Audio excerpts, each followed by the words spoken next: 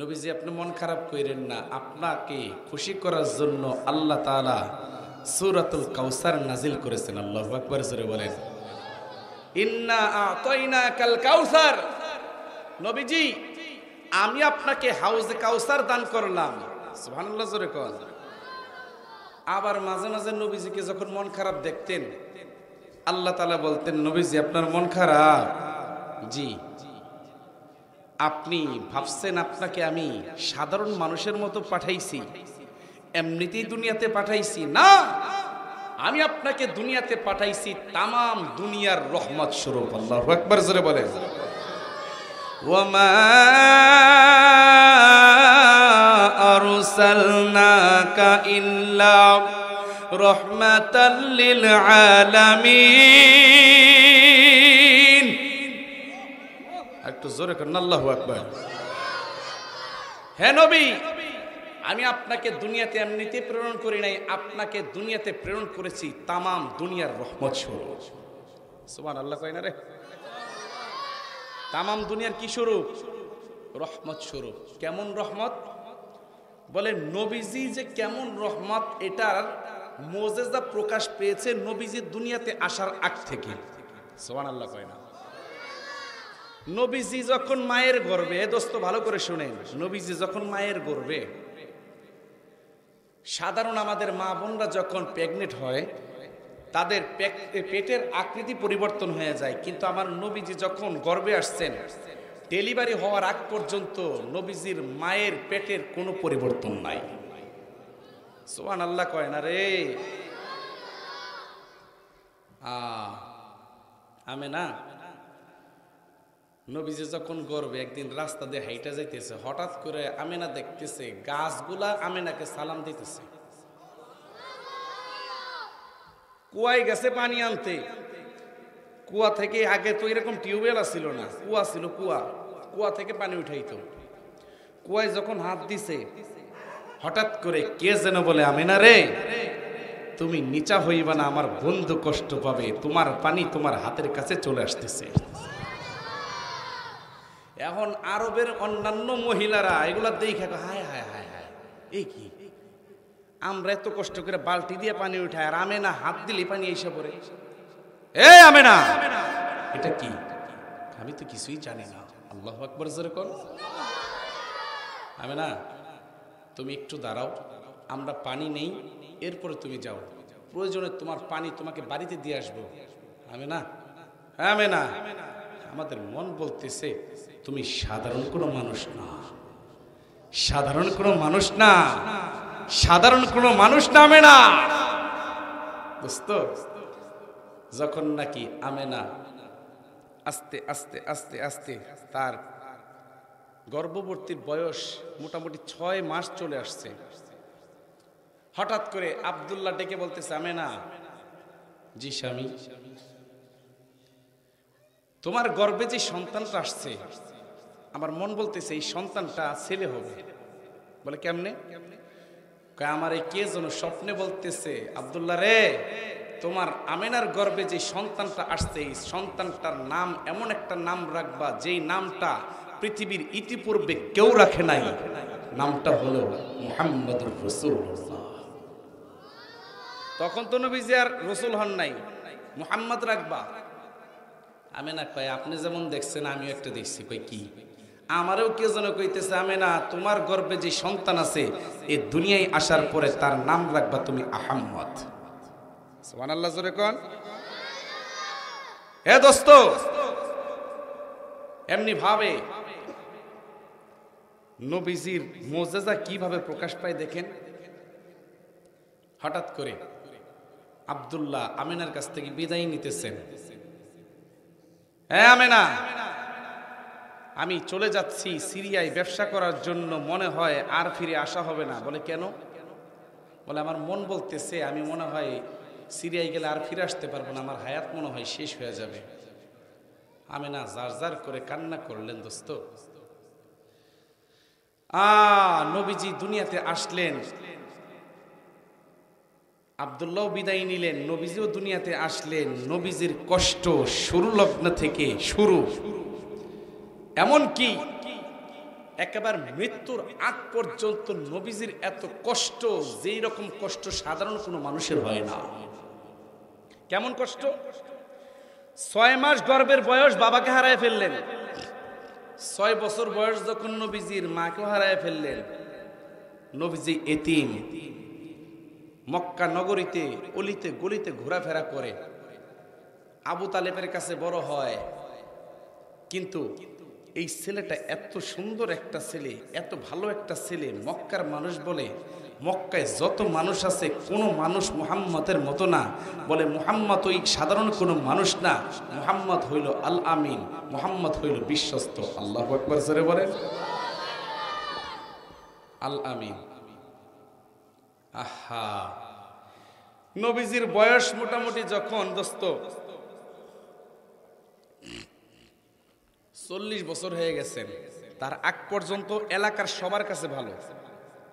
আপনি যখন সমাজের মানুষের সাথে তাল দিয়ে চলবেন তখন সবাই বলবে লোকটা ভালো, ঠিক কিনা?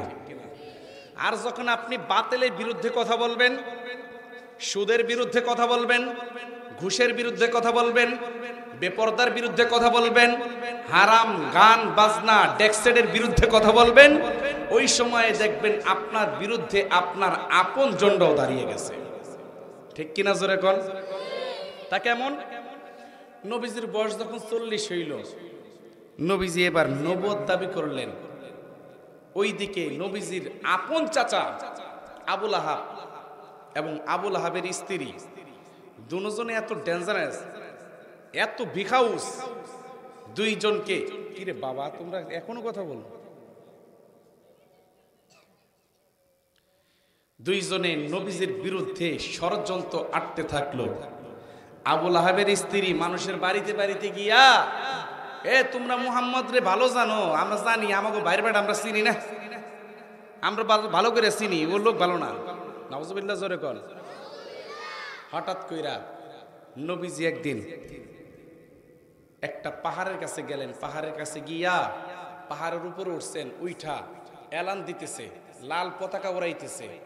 বর্তমানে যেমন একটা এলান দিতে হইলে মসজিদের মাইক থেকে দেয়, এলাকায় ডাকাইত পড়ছে আপনারা সাবধান হন, ঠিক কিনা? আপনারা সবাই সাবধানে থাকেন, এলাকায় ডাকাইত আসছে। ওই সময়ে কোন বিপদ সংকেত দিতে হইলে পাহাড়ের উপর ওইটা পতাকা উড়াইতো, লাল পতাকা। পতাকা যখন উড়াইছে নবীজি, মক্কার সবাই দৌড়ে আসছে, কি মুহাম্মদ কি বলে, মুহাম্মদ কি বলে? কোন সময় তো মুহাম্মদ এরকম ভাবে ডাকে নাই, আর মুহাম্মদ তো খুব ভালো ছেলে, মুহাম্মদ নিশ্চয়ই কোনো সংবাদ দিবে। পাহাড়ের কাছে গেছে পরে আবুল আহাবকে, মুহাম্মদ কি হইছে, কি কস, কি কি কই শুনেন, আমি কোথায় আপনারা কোথায়? বলে তুমি উপরে আমরা নিচে। বলে আমি যদি এখন বলি যে এই পাহাড়ের পিছনে শত্রু দল আছে, আপনাদের উপর কিছুক্ষণের মধ্যে আক্রমণ করবে, আপনারা কি বিশ্বাস করবেন? বলে অবশ্যই বিশ্বাস করব। কেন বিশ্বাস করবেন? বলে 1 নাম্বার, তুমি হলে আল আমিন, সত্যবাদী, তোমার এই 40 বছর জিন্দেগিতে একটা মিথ্যার কোনো রেকর্ড নাই, এই জন্য আমরা তোমার কথা বিশ্বাস করবো। সুবহানাল্লাহ জোরে বলে। বলে বিশ্বাস করার আরো একটা কারণ আছে। কয় আরেকটা কি?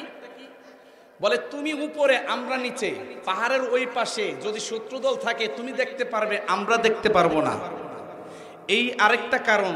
টোটাল 2টা কারণে তোমার কথা আমরা বিশ্বাস করতে বাধ্য। বলে তাই? হ্যাঁ। তাহলে ভালো করে শুনেন, আমাকে আল্লাহ তাআলা নবুয়তি দিয়ে দুনিয়াতে পাঠাইছেন, আপনারা বিশ্বাস করেন। 1 নাম্বার কারণে বিশ্বাস করবেন, আপনারাই বলছেন 40 বছর পর্যন্ত আমি জীবনে কোনো মিথ্যা কথা বলি নাই, অতএব আজকেও মিথ্যা কথা বলবো না, এই 1 কারণে বিশ্বাস করবেন। দ্বিতীয়ত, আল্লাহ তাআলা যেহেতু আমাকে নবী বানাইছেন, পয়গম্বর বানাইছেন, আমি পাহাড়ের উপর দাঁড়িয়ে যেমনি ভাবে সামনেও দেখতেছি পিছেও দেখতেছি, ঠিক তদ্রূপ আমাকে আল্লাহ পয়গম্বর বানানোর কারণে দুনিয়ার জগতে দেখতেছি, পরপারের জগতে দেখতেছি। আপনারা যদি এমনি ভাবে মূর্তি পূজা করতে থাকেন, আল্লাহকে না মানেন, তাহলে আপনাদের জন্য পরকালে কঠিন শাস্তি রয়েছে। আল্লাহু আকবার জোরে বলেন। আহা, এইভাবে যুক্তি দিয়ে বোঝানোর পরে লোকজন মোটামুটি একটু বুঝছে, কিন্তু হঠাৎ করে এই যে আপন আপন চাচা বুঝছেন, আবু লাহাব কয়, এ মুহাম্মদ, তাব্বাল্লাকা ইয়া মুহাম্মদ আলি হাযা জামাতানা, হে মুহাম্মদ তুই ধ্বংস হয়ে যা, তুই এর লিগে এই ধরনের কথা কবে লিগে নে আমাকে এখানে জমা করছো, আর কোনো কথা পাও না তুমি। এই সমস্ত কথা বলার পরে আল্লাহ তাআলা নবীজির উপর আয়াত নাজিল করলেন, নবীজি আপনাকে বলছে তাব্বাল্লাকা ইয়া মুহাম্মদ, মুহাম্মদ তুই ধ্বংস হয়ে যা। আমি আল্লাহ বললাম তাব্বাত ইয়াদা আবি লাহাবি ওয়া তাব্বা, বলে আবু লাহাবের হাত ধ্বংস হয়ে গেছে। আবু লাহাব উল্টা ধ্বংস হয়েছে, আপনি ধ্বংস হন নাই। আহা, নবীজি মক্কা নগরীতে চলাফেরা করেন, মোটামুটি সাপোর্ট দিতেছে নবীজির চাচা আবু তালেব, আর বাকি সবাই বিরুদ্ধে। মোটামুটি যারা সাহাবী হয়েছেন, কালেমা পড়ছেন, হামজা রাদিয়াল্লাহু তাআলা আনহু সহ আরো যে সমস্ত সাহাবাই কেরাম নবীজির চাচা ছিলেন, তিনারা বাদে সবাই বিপক্ষে। আহা, নবীজির চাচা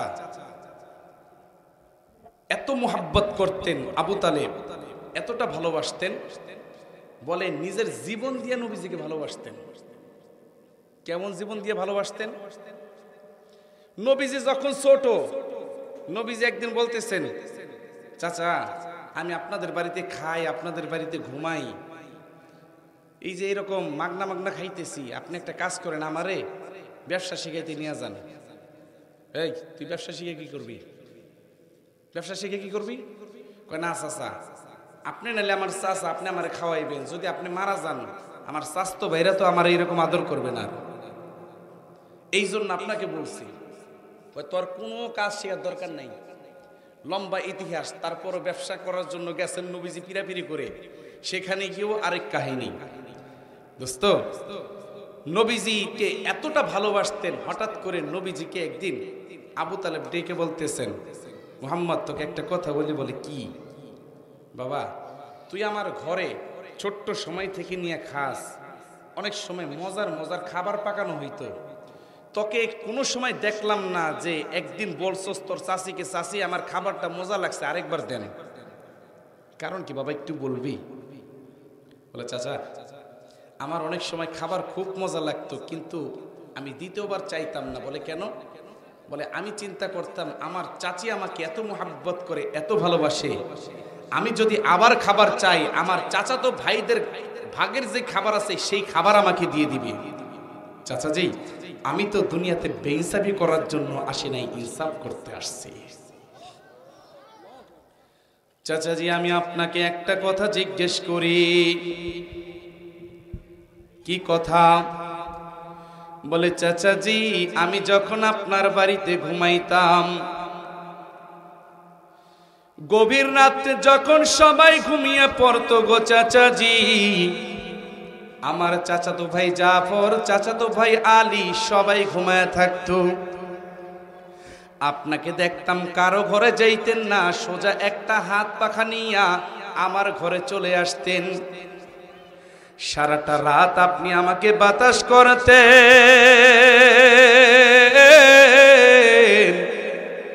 চাচাজি আপনি আমাকে এত মুহাব্বত করার কারণটা কি? এমনটা কেন করতেন? আবু তালেব ডেকে বলে, মুহাম্মদ রে,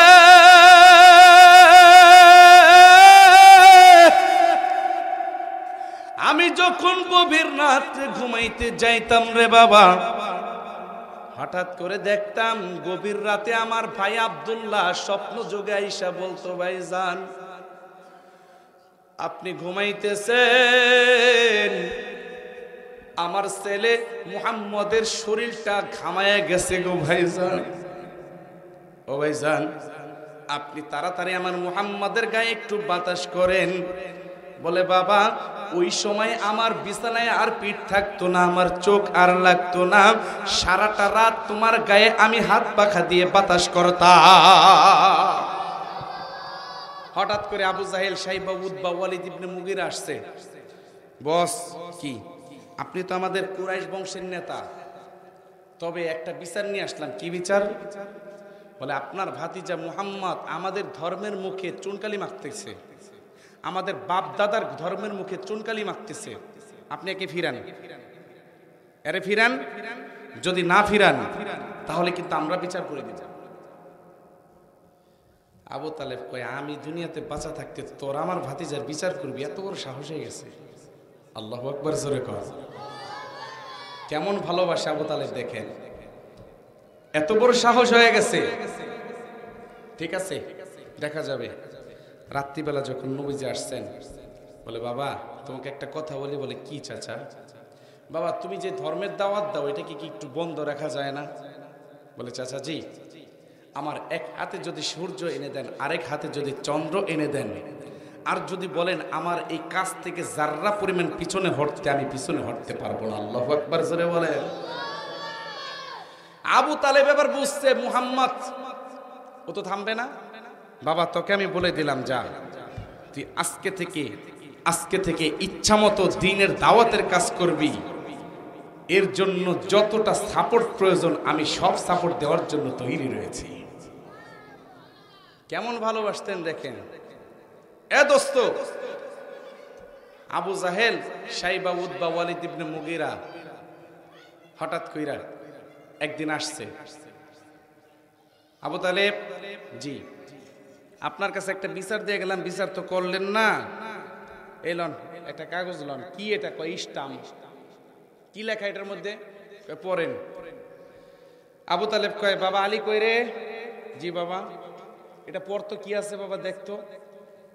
বলে বাবা এটার মধ্যে লেখা আছে আগামী মাসের অমুক তারিখ অমুক বার সকাল 8 ঘটিকার সময় জাবালে কাবার সাথে মুহাম্মাদের সাথে এই মক্কা নগরীর সবচাইতে বড় কুস্তিবিদ রুকানা, এই রুকানার সাথে কুস্তি লাগবে।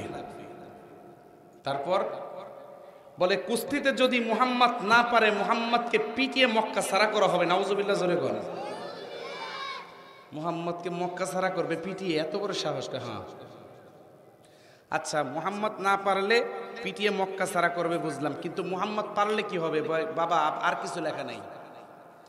হ্যাঁ আবু জাহেল জি, আমার ভাতিজা না পারলে আমার ভাতিজাকে পিটিয়ে মক্কা ছাড়া করবা বুঝলাম, কিন্তু আমার ভাতিজা যদি পারে তাহলে কি হবে? কিছু বলা। জোরজার কথা কয় না, জোরজার। জোর থাকলে অনেক কিছু করা যায়, তাই না? নিজের দলের জন্য অনেক কিছু করা যায়, কিন্তু দলের যদি বিরুদ্ধে থাকে তাহলে নির্দোষ মানুষদেরকে দোষী বানায় জেলের ভিতরে ঢুকায় দেয়। কথা কন না কেন? আল্লাহ হেফাজত করুক, আমিন বলেন। এবার কয় আচ্ছা ঠিক আছে, পরে বোঝা যাবে না কি হয় না হয়। সিগনেচার দিয়ে দিছে। সিগনেচার দিয়া এবার আবু তালেব মনে মনে চিন্তা করতেছে, এটা কি করলাম? সিগনেচার তো দিয়ে দিলাম, কিন্তু মুহাম্মদ তো জিন্দেগিতে একটা থাপ্পড়ও মারে নাই কাউরে। মুহাম্মদ কেমনে কুস্তি করবে? আর এই রুকানা, ওর সাথে 10টা যুবকও পারে না, কেমনে কি হবে? মুরব্বী মানুষ তো হাই হতাশ শুরু করে দিছে। বাজান রাত্র 12টার দিকে হাঁটি হাঁটি পা পা করে খাদিজার বাড়িতে চলে গেছেন, কারণ খাদিজার বাড়িতে আমার নবী তখন ঘুমাইতেছেন। আবু তালেব ডেকে বলে, মুহাম্মদ বাবা তুমি বাড়িতে আসোনি, দরওয়াজাটা খুলে একটু বাহিরে আসো। হঠাৎ করে খাদিজা বের হয়ে আসছে, বলে চাচা আপনি এখানে? আপনার ভাতিজাকে ডাকতেছেন, আপনার ভাতিজা তো একটু বিশ্রাম নিচ্ছে। বলে আমার কাছে কি বলবেন বলে যান, আপনার ভাতিজাকে বলে দিব। আবু তালেব ডেকে বলে, খাদিজা রে, এমন একটা কঠিন একটা জটিল একটা বিষয় নিয়ে মুহাম্মাদের কাছে আসছি, যে এই বিষয়টা একমাত্র মুহাম্মাদের কাছে বলতে হবে, তোমার কাছে বললে কোনো কাজ হবে না। হঠাৎ করে নবী আমার চলে আসছেন। চাচা জি আপনি এত রাতে কেন? বলে বাবা তোমার সাথে একটা পরামর্শ করার জন্য আসছি, তোমার সাথে একটা আলাপ করতে আসছি। বলে চাচা জি আপনি যে আলাপ করতে আসছেন, আপনি যে কথাটা বলতে আসছেন, এই কথাটা যদি আমি মুহাম্মদ আমার জবান দিয়ে বলে দিই তাহলে কেমন হয়? আল্লাহু আকবার জোরে কর। ভাই আমি কি কইতে আসছি তুমি কেমনে জানবা? হ্যাঁ কই আচ্ছা কো বলে চাচাজি কিছুক্ষণ আগে বেঈমানরা আপনার বাড়িতে আসছিল, আপনার কাছে একটা ইস্টাম আনছে, আগামী মাসে নাকি রুকানার সাথে আমার কুস্তি হবে জাবালে কাবার পাশে। ও চাচা ওই ইস্টামের ভিতরে আরো লেখা আছে গো, আমি যদি না পারি আমাকে পিটিয়ে মক্কা ছাড়া করে দিবে, আর যদি আমি পারি তাহলে কিছুই হবে না। আপনি সেখানে সিগনেচারও করে দিছেন। চাচা এই কথাই তো বলতে আসছেন। বলে হ কথা তো এটাই কইবার আসছি, তাহলে তুমি কেমনে জানলা? তখন তো আর মোবাইলের জামানা ছিল না যে ফোন করে কয়ে দিছে, তুমি কেমনে জানলা? বলে চাচাজি আপনার বাড়িতে বেঈমানরা যখন আসছে সাথে সাথে জিব্রাইল আমিন আমার চোখের সামনে ইস্টামটা দেখায় দিছে। সুবহানাল্লাহ কয় না রে? ও চাচার সাথে সাথে আমার ঘর থেকে গো আপনার ঘর পর্যন্ত যত পর্দা আছে সবগুলো আল্লাহ সরায়া দিছে। চাচা আমি সব দেখছি, সব জানি। বলে বাবা তুমি যেহেতু জেনে গেছো, এখন বলো কি করব? আমিও তো সিগনেচার দিয়ে দিছি, তুমি যদি রাজি না থাকো আমি ওদের কাছে ক্ষমা চেয়ে নিব, আমি বলবো আমার ভাতিজা কুস্তি লাগবে না। বলে চাচা সিগনেচার দিয়েছেন, ভালো করছেন, আমিও কুস্তি লাগার জন্য রাজি হয়ে গেলাম। একটু জোরে কর না। তুমি যে রাজি হয়ে গেলা বাবা, তুমি তো কাউরে কোনোদিন একটু মায়ের দূর কিছুই দাও নাই, তুমি কি পারবা? নবীজি বলেন চাচা আল্লাহ যদি আমার সাথে থাকি, এই এক রোকানা কেন 100 রোকানা আমাকে কিছু করতে পারবে না। কারণ আল্লাহ যদি আমার সাথে থাকে কেউ আমাকে কিছু করতে পারবে না। আপনি জান চাচা, টেনশন করেন না। বাবা তোমার আবার কই, তুমি যদি রাজি না থাকো আমারে কও, আমি গিয়ে এটা ম্যানেজ করি। বলে চাচাজি আপনি কোনো টেনশন কইরেন না, কারণ আমার সাথে রয়েছেন আমার আল্লাহ।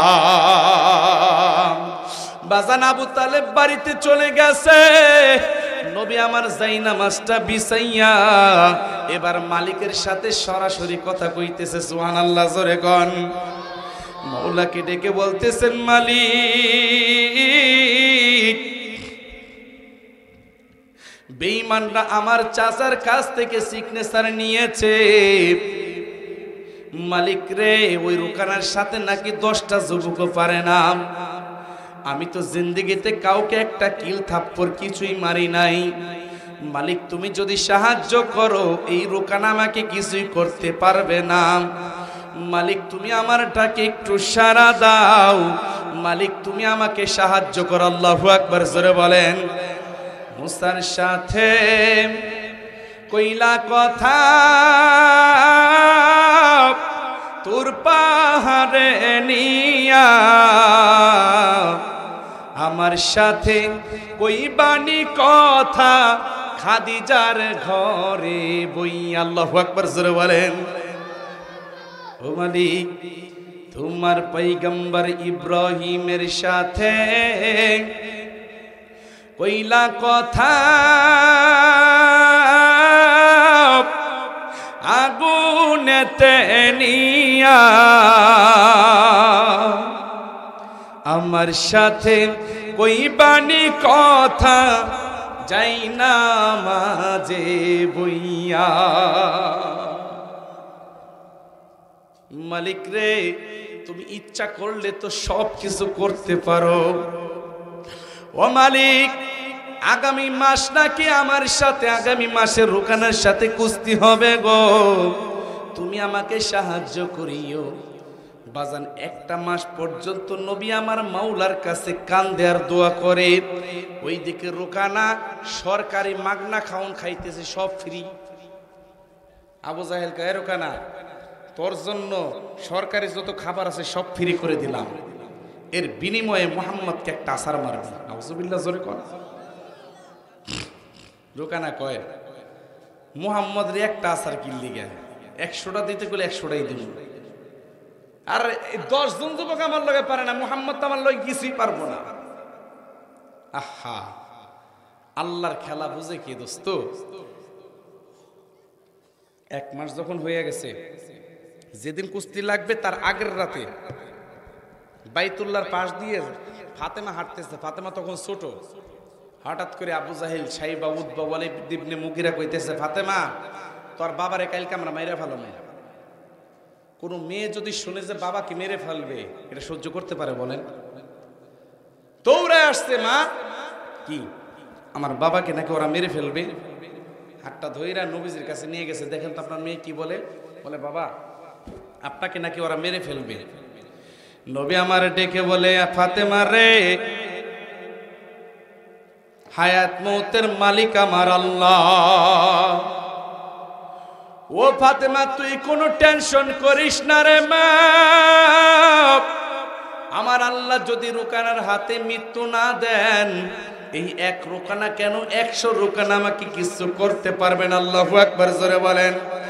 ফাতেমা তুই আল্লাহর কাছে দোয়া কর রে মা। বাজান ফাতেমা ছোট্ট মানুষ, 2টা হাত উঠায় মালিকের কাছে কান্দে আর বলে, মালিক আমার বাবাকে যারা মেরে ফেলতে চায় ওদেরকে তুমি ধ্বংস করে দিও। এই কথা সাউন্ড ছেড়ে দেয় কেন ভাই?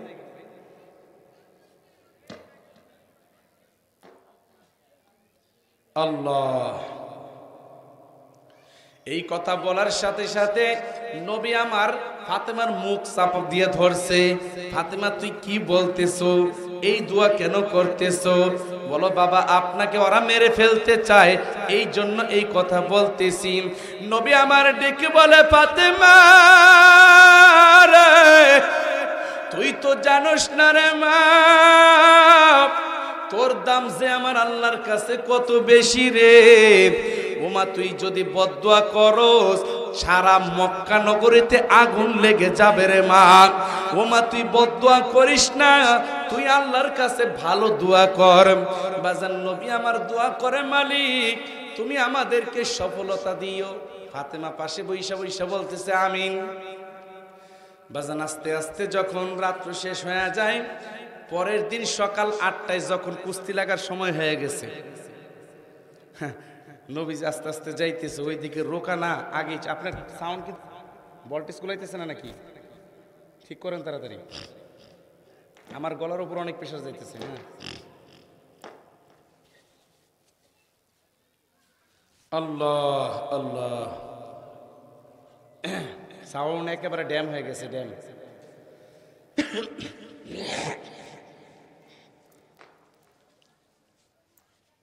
আস্তাগফিরুল্লাহ আস্তাগফিরুল্লাহ। মাস্টার বাড়ান, এটা মাস্টার বাড়ান। সকালবেলা যখন দোস্ত রোকানা ওই কুস্তির ময়দানে গিয়ে আগেই শক্তি পরীক্ষা করতেছে এইভাবে, আজকে মোহাম্মদ রে এমন একটা আসার দিমো একেবারে বর্তমানে এলাম, আজকে মোহাম্মদ রে একটা আসার দিয়ে শেষ করে দেবো। আবু জাহেল কয়, এ রোকানা বেশি দরকার নাই, একটা দিয়ে শেষ করে দিবি। ও জানে জায়গায় ব্রেক হয়ে যায়। নাউজুবিল্লাহ, জোরে কর। আহা, হঠাৎ করে এবার মজা আছে, একটু খেয়াল করে শুনেন। হঠাৎ করে ও যখন এরকম শক্তি দেখাইতেছে, কে যেন পিছন থেকে বলতেছে, এই রোকানা। পিছন দিক দিয়ে তাকায় দেখে এমন একটা লোক জাবালে কাবার সাথে ট্যাক লাগায় বৈশা রয়েছে, যার মাথা হইল আসমানে, পা হইল জমিনে। আল্লাহু আকবার, জোরে বলেন। এই রোকানা, কি তুই যদি নবী মুহাম্মদের দিকে বাঁকা নজরে তাকাস, তোর চোখের জায়গায় চোখ থাকবে, চোখের কোনো পাওয়ার থাকবে না। সুবহানাল্লাহ, জোরে বলেন। এই রোকানা, তুই যদি নবী মুহাম্মদকে একটা ফুলের টোকা দেস, তোর হাতের জায়গায় হাত থাকবে, হাতে কোনো পাওয়ার থাকবে না। এই কথা শোনার সাথে সাথে রোকানা এবার ভিজা বিড়ালের মতো কাঁপতেছে, এইভাবে কাঁপা শুরু করছে। কাঁপতে কাঁপতে একেবারে বাউন্ডারির কাছে গেছে, ও পইরা যাইতেছে। আবু জাহেল কয়, তোর কি হইছে? কয়, চুপ কর, আমি যা দেখি তোরা তা কিছুই দেখোস না। আল্লাহু আকবার, জোরে বলেন।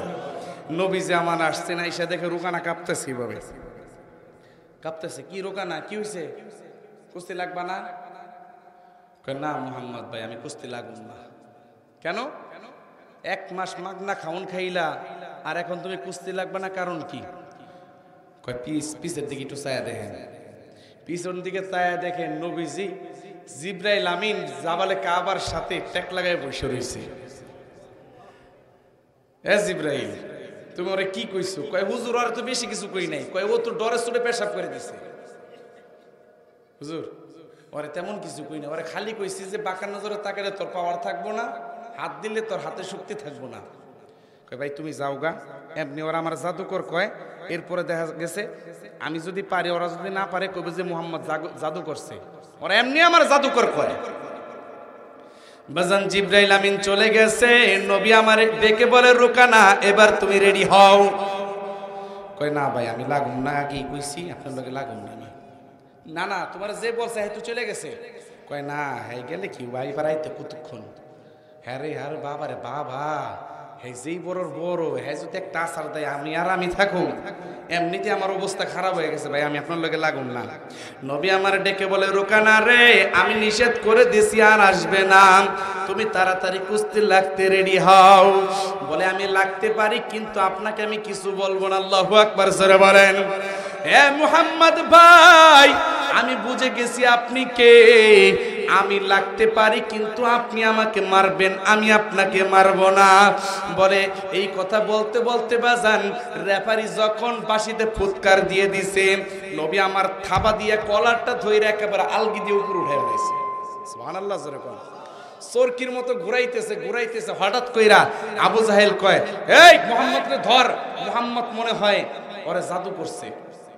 সাথে সাথে আবু তালেব মনে আছেনি কেমন ভালোবাসে দেখেন, সাথে সাথে ডেকে বলে এই এই এই আবু জাহেল অনেক নাটক করছস, ইসলামে লেখছস আমার ভাতিজা না পারলে পিটিয়ে মক্কা ছাড়া করবি, আমার ভাতিজা পারলে কিছুই হবে না। এখন আমার ভাতিজা পারছে, এখন বলো জাদু করছে। এই যদি আমার ভাতিজার গায়ে একটা ফুলের টুকা দেস সারা মক্কা নগরীতে রক্তের বন্যা বসায় ফেলবো। আল্লাহু আকবার জোরে বলে। কেমন ভালোবাসছেন দোস্ত। আল্লাহ তাআলা নবীজিকে বলেন কুল ইন কুনতুম তুহিব্বুনাল্লাহ ফাত্তাবিউনি ইউহিব্বুকুমুল্লাহ ওয়া ইয়াগফির লাকুম যুনুবাকুম আল্লাহু গফুরুর রহিম। নবীজি আপনি বলেন আমি আল্লাহকে যদি ভালোবাসতে চাই কেউ আপনার অনুসরণ করতে হবে, আপনাকে ভালোবাসলে হবে না। এই যে আবু তালেব এত ভালোবাসছে, আবু তালেব কি জান্নাতে যাবে? কথা কয় না। জান্নাতে যাবে কেন যাবে না? নবীজিকে ভালোবাসছে, নবীজির অনুসরণ করে নাই। নবীজিকে আল্লাহ তাআলা শিখিয়ে দিলেন বলেন ফাত্তাবিউনি ইউহিব্বুকুমুল্লাহ, আমার অনুসরণ করো আল্লাহকে ভালোবাসা হয়ে যাবে। তাহলে ইত্তেবা করতে হবে নবীজির। আল্লাহ তাআলাকে যদি ভালোবাসতে হয় শুধু ভালোবাসতে হয়, নবীজিকে শুধু ভালোবাসলে হবে না, নবীজির ইত্তেবা অনুসরণ করতে হবে। ঠিক কিনা জোরে বলেন। বাজান নবীজি যখন মক্কা নগরীতে ঘোরাফেরা করেন আবু তালেব থাকতে কেউ কিছুই বলে না। আবু তালেবের হায়াত যখন শেষ হয়ে যায় বাজান নবী আমার বিছানার সামনে মাথার কাছে বইসা চাচাকে ডেকে বলতেছেন চাচাজি এই দুনিয়ার জমিনে আমার মা নাই, আমার বাবা নাই। ও চাচা আমার মা যদি আজকে দুনিয়াতে বেঁচে থাকতো গো, আমার বাবা যদি আজকে দুনিয়াতে বেঁচে থাকতো, আমি যদি তাদেরকে কালেমা পড়তে বলতাম গো, আমি মুহাম্মাদের কথাটা তারা ফালাইতো না। ও চাচা তুমি আমাকে এত ভালোবাসছো, আমার বাবা হারানো ব্যথা তুমি আমাকে ভুলাইয়া দিছো গো। ও চাচা বাবা সন্তানকে যেমন ভালোবাসে তুমি চাচা হইয়া আমি মুহাম্মদ ভাতিজাকে তেমনটাই ভালোবাসছো, বরঞ্চ তোমার ছেলেদের চাইতে কোন সময় তুমি আমাকে বেশি ভালোবাসছো। চাচা আজকে তুমি যদি ঈমান হারা হইয়া চইলা যাও তোমার জন্য জাহান্নামের আগুন রেডি হয়ে আছে। ও চাচা তুমি একটাবার কালেমাটা পড়ে নাও গো চাচাজি, তুমি দয়া করে কালেমাটা পড়ে নাও। বাজান আবু তালেবের জবান দিয়ে তারপরও কালেমা নসিব হয় না। আবু তালেব যখন দুনিয়া থেকে বিদায় নিয়ে যায় আমার নবী কান্নায় ভেঙে পড়ছে ও নবী আমার কান্দে আর বলে মালিক কত মানুষ আমার হাতে কালেমা পড়ে মুসলমান হইল, যে চাচার ঘরে খায়া দেয়া বড় হইলাম আমার এই চাচাটা জাহান্নামের আসামি হয়ে গেল। মালিক তুমি একটু সহজ করে দাও। সাথে সাথে আল্লাহ তাআলা জিবরাইল আমিনের মাধ্যমে জানায় দেন, নবীজি আপনার ভাতিজার জন্য, আপনার চাচার জন্য আর কোনো সুপারিশ করিয়েন না, আপনাকে হেদায়েতের মালিক বানানো হয় নাই, হেদায়েতের মালিক হইল আল্লাহ। ও নবী, তবে আল্লাহ তাআলা আপনার চাচার জন্য আযাবটা একটু কমায় দিছে, আপনাকে ভালোবাসার কারণে আপনার চাচার আযাবটা তেমন বেশি হবে না, কম হবে। বলে কেমন কম হবে? বলে তাকে আগুনে পোড়ানো হবে না, শুধুমাত্র আগুনের 2টা জুতা পরায় দেওয়া হবে। নবী আমার সিজদায় পড়ে কান্দে আর বলে, মালিক, দুনিয়ার আগুন যদি শরীরের একটা অংশে লাগে গো, ওই অংশটা পুড়ে যায়। জাহান্নামের আগুন এত কঠিন আগুন, এই আগুন শরীরের যেই কোনো অঙ্গে লাগবে সারা শরীরের ভিতরে আগুন লেগে যাবে, কলিজা পর্যন্ত আগুন লেগে যাবে। আমার চাচার পায়ে যদি এই আগুনের জুতা থাকে, তাহলে আমার চাচার মাথার মগজগুলো টকবক টকবক করে ফুটবে। বাজান, এমনি ভাবে নবী আমার বারবার কান্নায় ভেঙে পড়েন গো। এতটা ভালোবাসার পরেও চাচার কিন্তু কালেমা নসিব হয় নাই, অথচ দেখা যায় নবীজিকে দেখে নাই, নবীজিকে জিন্দেগিতে দেখে নাই, নবীজির নামটা শুনছে, নবীজির নামটা শুনছে ওয়াইস আল করনি। নবীজির নামটা শুই না, নবীজির উপর কালেমা পড়ে মুসলমান হয়ে গেছে। নবীজি যখন দুনিয়া থেকে বিদায় নেবেন, হযরতে আবু বকর ওমরকে ডেকে বলেন, আবু বকর রে, আমি দুনিয়ার জমিন থেকে বিদায় নেওয়ার পরে আমার একটা আশেক রাসূল এই মক্কা মদিনায় আসবে, তাকে সে যদি মদিনায় আসে, আমার পক্ষ থেকে একটা জুব্বা হাদিয়া দিলাম, এই জুব্বাটা তাকে তোমরা হাদিয়া দিয়ে দিও এবং তার কাছ থেকে তোমরা দোয়া নিও। আল্লাহু আকবার, জোরে বলেন। সাহাবায়ে কেরাম টেনশনে পড়ে গেলেন, আমরা সাহাবী আর ওই লোকটা সাহাবী না। দোস্ত, নবীজির জীবদ্দশায় নবীজিকে দেখে যেই ব্যক্তি কালেমা পড়ছে সেই হলো সাহাবী, আর নবীজিকে দেখে নাই কালেমা পড়ছে তারা সাহাবী হইতে পারে নাই। সাহাবায়ে কেরাম এবার বলতেছেন, কারণটা কি গো? এমন কোন আমলের বিনিময়ে আল্লাহ তাকে তার মর্যাদা এতটা বাড়ায় দিয়েছেন? বাজান, নবীজি যখন দুনিয়া থেকে বিদায় নিয়েছেন, ওয়াইসাল করনি যখন মদিনায় আসছে, ওয়াইসাল করনিকে ডেকে বলে, ভাইজান, আপনার কাছ থেকে নবী আমার দোয়া নিতে, আমাদেরকে দোয়া নিতে বলছেন, এটার কারণটা কি? আপনার এত ফজিলত কেন বলবেন নি? বলে, আমি তেমন কিছু জানি না, তবে নবীজির কাছে আসার আমার বড় শখ ছিল গো, অনেক আশা ছিল নবীজিকে দেখব। আমি যখন করণ দেশ থেকে একটা চিঠি লিখলাম, নবীজি আপনার সাথে সাক্ষাৎ করতে চাই, আপনার হাতে হাত রেখে কালেমাটা পড়তে চাই, কিন্তু আমার ঘরে একটা মা রয়েছে, আমার মাটা বৃদ্ধা হয়ে গেছে, আমি চলে গেলে আমার মাকে খেদমত করার মতো কেউ নাই গো নবীজি। নবী আমার রিপ্লাই করে দিলেন, ওয়াইসাল করনি, তোমার আমার কাছে আসার কোনো প্রয়োজন নাই। ওয়াইস রে, তুমি করণ দেশে মায়ের খেদমত করো রে, মায়ের খেদমত করো। বলে, আমি আমার মায়ের খেদমত করার কারণে নবীজির কাছে আসতে পারিনি। আল্লাহু আকবার, জোরে বলেন।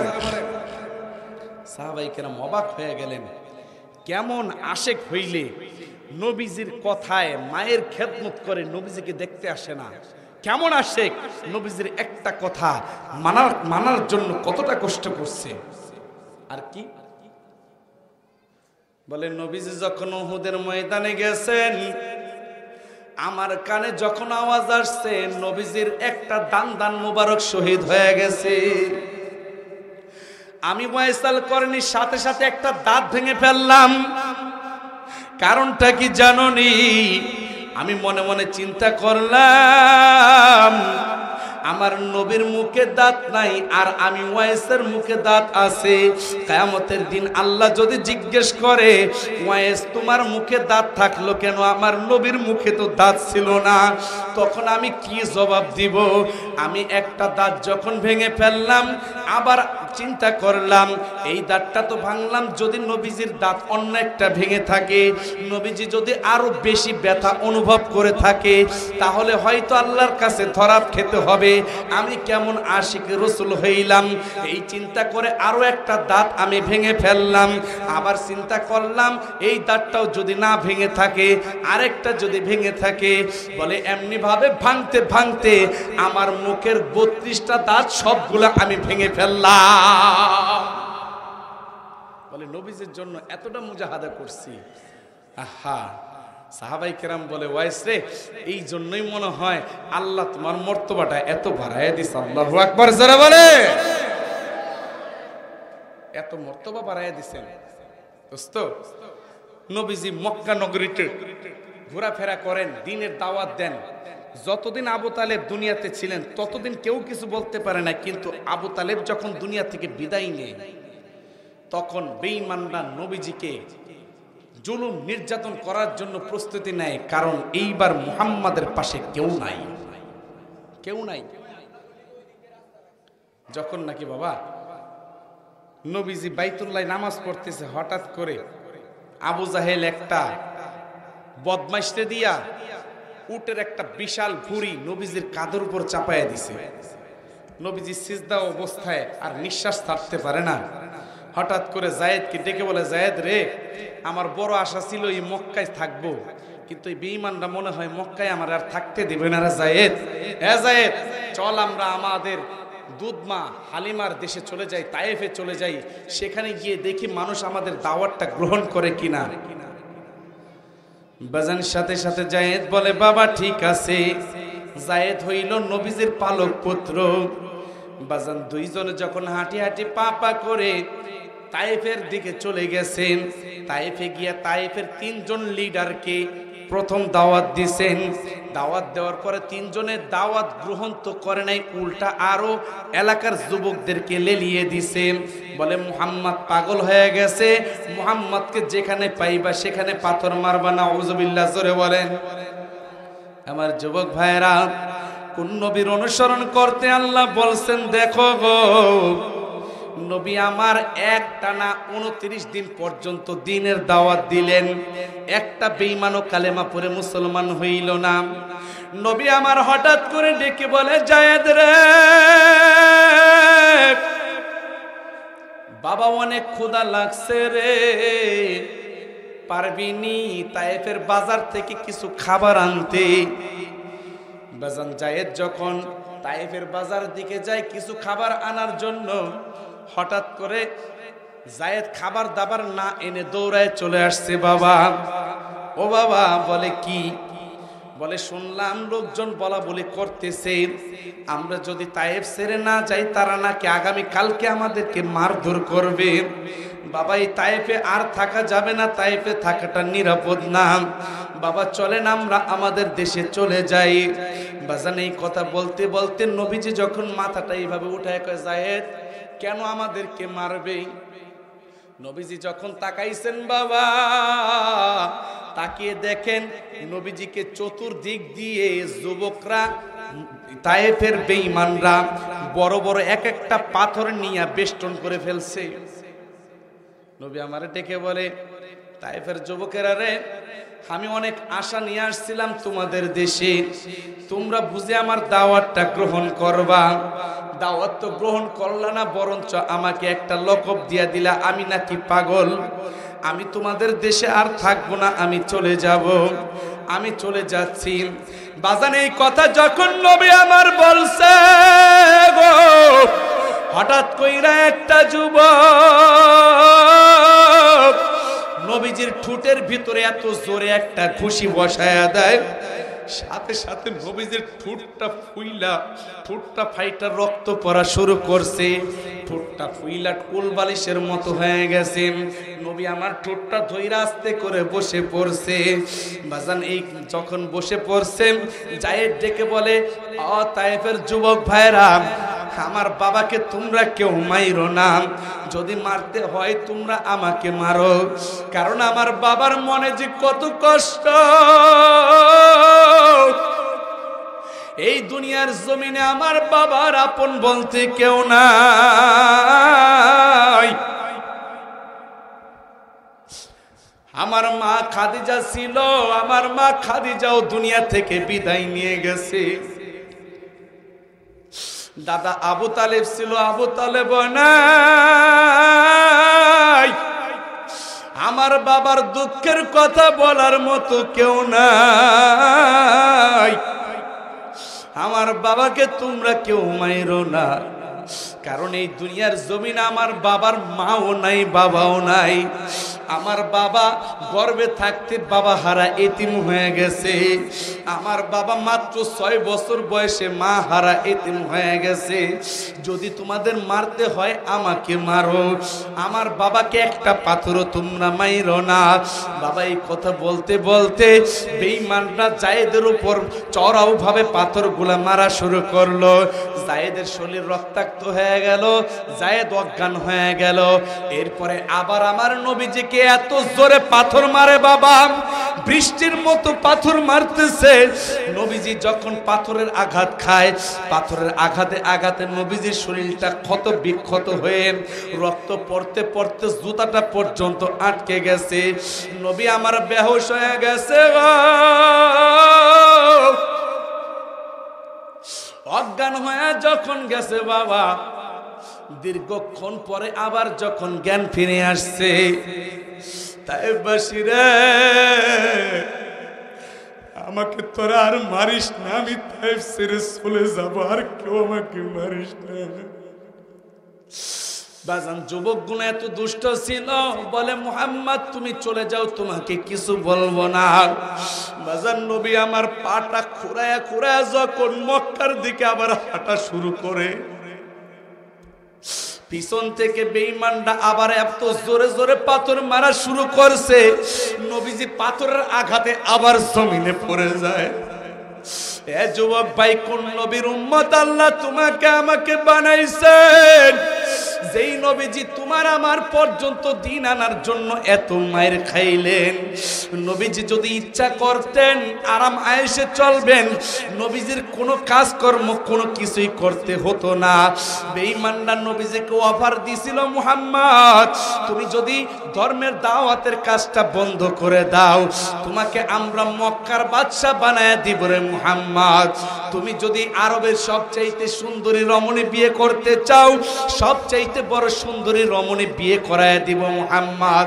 দোস্ত, এরপর আমার নবী এত অফার পাওয়ার পরে অফার গ্রহণ করেন নাই, একমাত্র আপনার আমার পর্যন্ত দিন আনার জন্য। নবী আমার রহমাতাল লিল আলামিন, এটার প্রমাণ দেওয়ার জন্য নবী আমার কখনো বেঈমানদের কোনো অফারে রাজি হন নাই। নবী আমার যখন আবার অজ্ঞান হয়ে যায় বাজান, আবার বেঈমানরা চতুর্দিকে বেষ্টন করে দাঁড়িয়ে থাকে। আবার যখন নবীজির জ্ঞান ফিরে আসছে, বলে মুহাম্মদ তুমি এবার সত্যি সত্যি চলে যাও, তোমাকে কেউ কিছু বলবো না। বাবা নবী আমার যখন আবার আস্তে আস্তে পাটা খুঁড়াইয়া খুঁড়াইয়া মক্কার দিকে রওনা করে, আবার বেঈমানগুলো এত জোরে পাথর মারা শুরু করছে, নবী আমার আবার জমিনে পড়ে গেছে। মারতে মারতে বিকাল 4টা বেজে গেছে। পাশে একটা ধনাঢ্য শক্তিশালী ক্ষমতাবান একজন বুড়ি মহিলা ছিল, দৌড়ায় আসতে এসে বলতেছে, তায়েফের যুবকেরা রে, তায়েফের যুবকেরা, তোমরা এই লোকটাকে দেখতেছি সকাল থেকে নিয়ে বিকেল পর্যন্ত মারতেছো। এ মানুষ কোনদিন মানুষকে এমনি মারে নাকি? তোমরা যদি এই লোকটাকে আবার মারো, আমার অনেকগুলো যুবক আছে, এদেরকে দিয়ে তোমাদেরকে সাইজ করব। আল্লাহু আকবার জোরে বলেন। বাজান এই কথা শোনার পরে যুবকগুলো চলে গেছে। বুড়িও তো ঈমান আনে নাই, বুড়িও চলে গেছে। বাজান বিকেল বেলা যখন নবীজির আবার জ্ঞান ফিরছে, জায়েদেরও জ্ঞান ফিরছে, নবী আমার জায়েদকে ডেকে বলে, জায়েদ রে বাবা রে, অনেক পিপাসা লাগছে, একটু পানি পান করাইতে পারবি নি? আমার যুবক ভাইরা, যেই নবী হাউজে কাউসারের পানি যদি কিয়ামতের দিন না খাওয়ায় রে, তুমি জান্নাতে যাইতে পারবা না, আমিও জান্নাতে যাইতে পারবো না। ওই নবী একটা গ্লাস পানি খাওয়ার জন্য কান্দে রে। বলে জায়েদ বাবা তুই পারবি না একটা গ্লাস পানি আমাকে খাওয়াইতে? বাবা তুই একটা গ্লাস পানি খাওয়াইতে পারবি নি? যা বাবা একটা গ্লাস পানির ব্যবস্থা কর, অনেক পিপাসা লাগছে।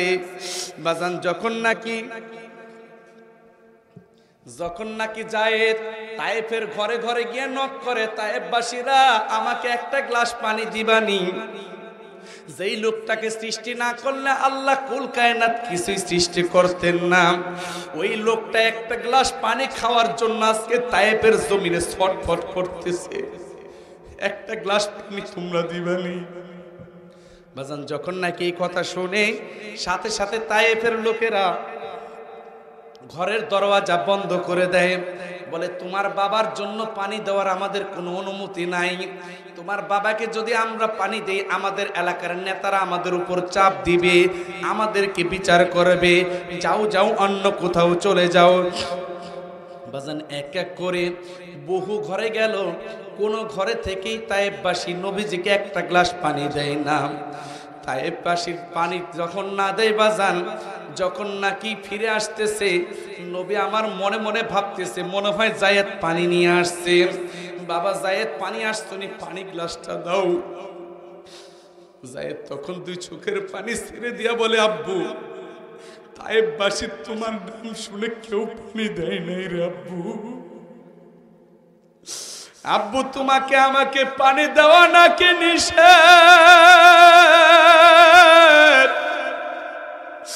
ও বাবা পানি আমাদের নাই, আমাদেরকে তায়েফের জমিনে কেউ পানি দিবে না গো। বাজান নবী আমার কান্নায় ভেঙে পড়লেন।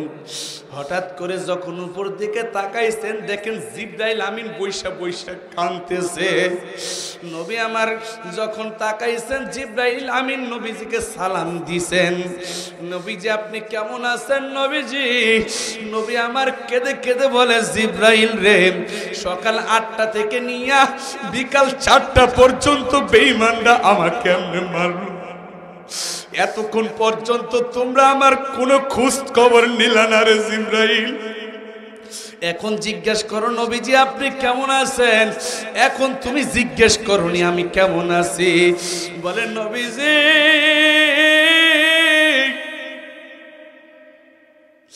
নবীজি এটা আপনার জন্য আল্লাহর পক্ষ থেকে বিশাল বড় একটা পরীক্ষা ছিল। এই পরীক্ষায় আপনি পাশ করে ফেলেছেন নবীজি। আমি আসতে চাইলো আমার আল্লাহ আপনার কাছে আসতে দেয় নাই। নবীজি আপনার এই মায়ের দেখে আমি সহ্য করতে পারি নাই গো নবীজি। আমরা তো মানুষ না, আমরা ফেরেশতা, আমাদের কোনো দয়া মায়া নাই। আমি জীবনে কারো কোনো কষ্ট দেইকা জীবনে চোখ দিয়ে পানি ফালাই নাই গো নবীজি। কিন্তু আপনার এই মায়েরটা দেখা আমি জিবরাইলও সহ্য করতে পারি না। বলে নবীজি নবীজি বেঈমানরা এত মারলো, আপনি তো পারতেন একটা বদদুয়া দিতে। একটা বদদুয়া দিলে তো ওরা সাথে সাথে ধ্বংস হয়ে যাইত। এই যে দুইজন ফেরেশতা আনছি, দুই পাহাড়ের দুই ফেরেশতা আনছি নবীজি, আপনি যদি ইশারা দেন এই তায়েফবাসীকে পাহাড় দিয়ে চাপা দিয়ে মেরে ফেলবো। নবীজি আপনি একটা বার খালি অনুমতি দেন।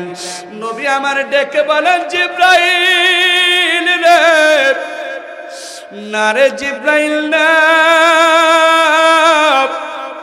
তুমি ওদেরকে নিষেধ করো ওরা যেন আমার উম্মতদেরকে না মারে। বলে আল্লাহ জিজ্ঞেস করছেন আপনি যদি বদদুয়া করেন কবুল হয়ে যাবে। বলে না রে জিবরাইল, না আমি কোনো বদদুয়া করব না। এত মাইর খাইলেন তারপরও কেন বদদুয়া করবেন না? নবী আমার ডেকে বলেন হয়তোবা ওরা বুঝে নাই জন্য আমাকে মারে, হয়তোবা ওদের সন্তান আসবে, পরবর্তী প্রজন্ম আসবে, হয়তোবা ওরা আমাকে বুঝবে, আমার উপর ঈমান আনবে, এই জন্য ওদেরকে ধ্বংস করার দোয়া করি না। বদদুয়া করি না। আমার যুবক ভাইরা রে, নবী যদি একটা বার ইশারা দিতেন সারা তায়েফটাকে আল্লাহ তাআলা উলটপালট করে দিতেন, ধ্বংস করে দিতেন। এরপরও নবী আমার বদদুয়া করেন না, কারণ আমার আল্লাহ বলছেন ওয়ামা আরসালনাকা ইল্লা রাহমাতাল লিল আলামিন। নবীজি আপনি হইলেন তামাম দুনিয়ার রহমত স্বরূপ। আল্লাহু আকবার, জোরে বলেন। বাজান তায়েফ থেকে যখন ফিরে আসলেন, মক্কায় এসে তো কোনো নিরাপত্তা নাই, কোনো নিরাপত্তা নাই। নবী আমার হযরত আলীর সাথে পরামর্শ করলেন, এ আলী, আলী মক্কায় তো মনে হয় আর থাকা যাবে না। বাজান মক্কা ছেড়ে যখন যাবে তার ঠিক 6 মাস আগে হযরত আবু বকরকে ডেকে বলতেছেন, আবু বকর রে, বাপ দাদার দেশে মনে হয় থাকা হবে না রে আবু বকর, মনে হয় হিজরত করতে হবে। তবে আবু বকর রেডি থাইকো, তুমি আর আমি একসাথে হিজরত করব। বাজান 6 মাস যখন চলে যায়, নবী আমার যখন হিজরত করে মদিনার দিকে রওনা করেন, হযরতে আবু বকরের গেটে গিয়ে যখন একবার ডাক দিছেন আস্তে করে, আবু বকর। রাত্রিবেলা যখন আবু বকর সাথে সাথে বলেন লাব্বাইক ইয়া রাসূলুল্লাহ। নবী আমার অবাক হয়ে গেছেন, আবু বকর তুমি কি রাত্রিবেলা ঘুমাও নাই? আবু বকর ডেকে বলেন, নবীজি আজ থেকে 6 মাস পূর্বে আপনি বলছেন আবু বকর মনে হয় মক্কায় আর থাকা হবে না রে আবু বকর, রেডি থাইকো, ও আবু বকর হিজরত করতে হবে। বলেন নবীজি ওই দিন থেকে আমি আবু বকর আপনাকে এতটা ভালোবাসি, এতটা ভালোবাসি, ওই দিন থেকে অর্থাৎ 6 মাস আগ থেকে আজ পর্যন্ত একটা বারের জন্য বিছানার সাথে পিঠ লাগাই না। ও কি আবু বকর? হ্যাঁ নবীজি। আবু বকর তাড়াতাড়ি চলো, তাড়াতাড়ি চলো। বাজান ওইদিকে বেঈমানরা নবীজিকে খুঁজতে খুঁজতে পিছন দিয়ে আসতেছে। মুহাম্মদকে যে পাবে, যে মুহাম্মদের কল্লা এনে দিতে পারবে, তাকে 100 লাল উট উপহার দেওয়া হবে। বেঈমানরা ঘোষণা করে দিছে। এলাকার যুবকরা পুরস্কার পাওয়ার আশায় নবীজিকে খুঁজে, বলে মুহাম্মদের কল্লা আনতে পারলে 100 লাল উট উপহার পাবো। ওই সময় বাজান লাল উটের বড় বেশি দাম, যার কারণে লাল উটের অফার করছেন। বাজান আস্তে আস্তে যখন নবীজি এবং আবু বকর দুইজনে একটা গুহায় গিয়ে অবস্থান করলেন, রেস্ট নেওয়ার জন্য গুহায় ঢুকলেন। বেঈমানরা পায়ের চিহ্ন দেখতে দেখতে গুহা পর্যন্ত চলে আসছেন। বলে এই গুহার মধ্যেই মনে হয় মুহাম্মদ ঢুকছে, কারণ এরপরে তো পায়ের আর কোনো চিহ্ন দেখা যায় না। আমার আল্লাহ নবী মুহাম্মদকে বেঈমানদের হাতে মায়ের খাওয়াবে না বাজান, বেঈমানদের কাছে ধরা খাওয়াবে না। নবীজিকে সেভ করার জন্য বাজান কেমন একটা হিকমত খেলাইলেন। ওইদিকে আবু বকর গুহার ভিতর থেকে যখন বেঈমানদের পাও দেখতেছেন, আবু বকর কান্নায় ভেঙে পড়তেছেন, নবীজি ওই যে বেঈমানদের পাও দেখা যাইতেছে নবীজি, ওরা মনে হয় গুহার ভিতরে ঢুকে পড়বে। ওরা যদি গুহার ভিতরে ঢুকে পড়ে আমাদেরকে তো কতল করে ফেলবে। নবী আমার ডেকে বললেন, আবু বকর রে, তুমি কোনো টেনশন করো না, আমাদের সাথে একজন রয়েছেন, তিনি কে? আরো জোরে বলেন, আরো জোরে বলেন, কে? আবু বকর। আল্লাহ যদি আমাদের সাথে থাকে, বেঈমানরা আমাদেরকে কিচ্ছু করতে পারবে না রে আবু বকর। বাজান আল্লাহ তাআলা কেমন হিকমত হিকমত খাটাই দেখেন গো। বেঈমানরা একজন বলে মনে হয় মুহাম্মদ এর ভিতরে ঢুকছে, ঢুকের ভিতরে। আরেকটা কয় বেটা তুই কি পাগল হইছস? একটু আগেই লোকটা আমাদের কাছ থেকে, আমাদের নজর থেকে হারাইছে। এই গুহার ভিতরে ঢুকতে হইলে যে মাকড়সার জালগুলো দেখা যায়, এই জাল তো থাকার কথা না। আল্লাহু আকবার জোরে কর। আবার জাল তো আস্তে আস্তে জালের উপর আবার কবুতরের ডিম পারছে। আল্লাহু আকবার জোরে কর। এর দ্বারা বোঝা যায় এখানে কয়েক মাসের মধ্যে কেউ ঢুকে নাই। চল অন্যদিকে চল। আহা, নবীজি যখন ঢুকছে আল্লাহ তাআলা তখন ওই যে পোকামাকড়ের কি বলে তাদের কেস পরিচালনা করার জন্য যে ফেরেশতা আছে সেই ফেরেশতাকে নিযুক্ত করে দিয়েছেন, তুমি ওটাকে মেনটেন করো। আল্লাহু আকবার জোরে বলেন। দোস্ত সাথে সাথে দুইটা মাকড়সা এসে জাল বুনে ফেলছে, এরপরে দুইটা কবুতর এসে ডিম পেড়ে ফেলছে, সাথে সাথে বেঈমানরা চলে গেছেন, নবীজিকে পান নাই। এবার বাজান ওরা অন্যদিকে চলে যায়। নবী আমার হযরতে আবু বকরের রানের উপর মাথাটা রাইখা বলতেছেন, আবু বকর অনেক ক্লান্ত হয়ে গেছে, একটু তোমার রানের উপর মাথাটা রাইখা ঘুমাইতে চাই। বলেন নবীজি আপনি বিশ্রাম নেন। বাজান হঠাৎ করে আবু বকর গুহার চারিদিক দিয়ে তাকিয়ে দেখেন অনেকগুলো গর্ত দেখা যায়। আবু বকর মনে মনে চিন্তা করতেছে, অনেকগুলো গর্তে দেখা যায়, এই গর্তগুলোর ভিতরে সাপ বিচ্ছু থাকতে পারে, পোকামাকড় থাকতে পারে, এগুলো হয়তোবা আমার নবীকে দংশন করতে পারে। কিন্তু আবু বকর তো জানে না বাজান, আমার নবীর গায়ের উপরে একটা মশা মাছি বসা পর্যন্ত হারাম। সুবহানাল্লাহ কয় না, মশা মাছি বসা পর্যন্ত কি হারাম। আবু বকর তো জানে না। আবু বকর টেনশন পড়ে গেছে, যদি আমার নবীকে দংশন করে। আবু বকরের কাছে একটা রুমাল ছিল, রুমালটা টুকরা টুকরা করে ছিঁড়ছে, ছিঁড়ে ছিঁড়ে গর্তগুলো আটকাইছে। শেষ পর্যন্ত একটা গর্ত ছিল, এই গর্তটা আটকানোর মতো আর রুমালের টুকরা নাই। আবু বকর মনে মনে চিন্তা করে, এই গর্তটা আমি পা দিয়ে আটকে রাখবো। ওইদিকে আল্লাহর মাখলুক একটা সাপ হাজার হাজার বছর পর্যন্ত অপেক্ষা করতেছে, কারণ যখন নাকি আল্লাহর এই মাখলুক জানতে পেরেছেন আখির জামানার পয়গম্বর এই গুহায় এসে অবস্থান করবেন, হাজার হাজার বছর পর্যন্ত এই সাপ এই গুহার ভিতরে অপেক্ষা করতেছিল। আল্লাহু আকবার জোরে বলেন। সাপ যখন বাহিরে চলে গেছে, গর্তের ভিতরে চলে গেছে, হঠাৎ করে নবীজি ওখানে আসছে। সাপে দেখে, কিরে কি ব্যাপার, এই গর্ত আটকানো, সবগুলো আটকানো, আমি বের হব কোন দিক দিয়ে? আমি জানতে পেরেছি আখির জামানার পয়গম্বর এই সময় এখানে আসবে, এই সময় আসবে। আমার পয়গম্বরের সাথে তো সাক্ষাৎ হবে না, কি করা যায়?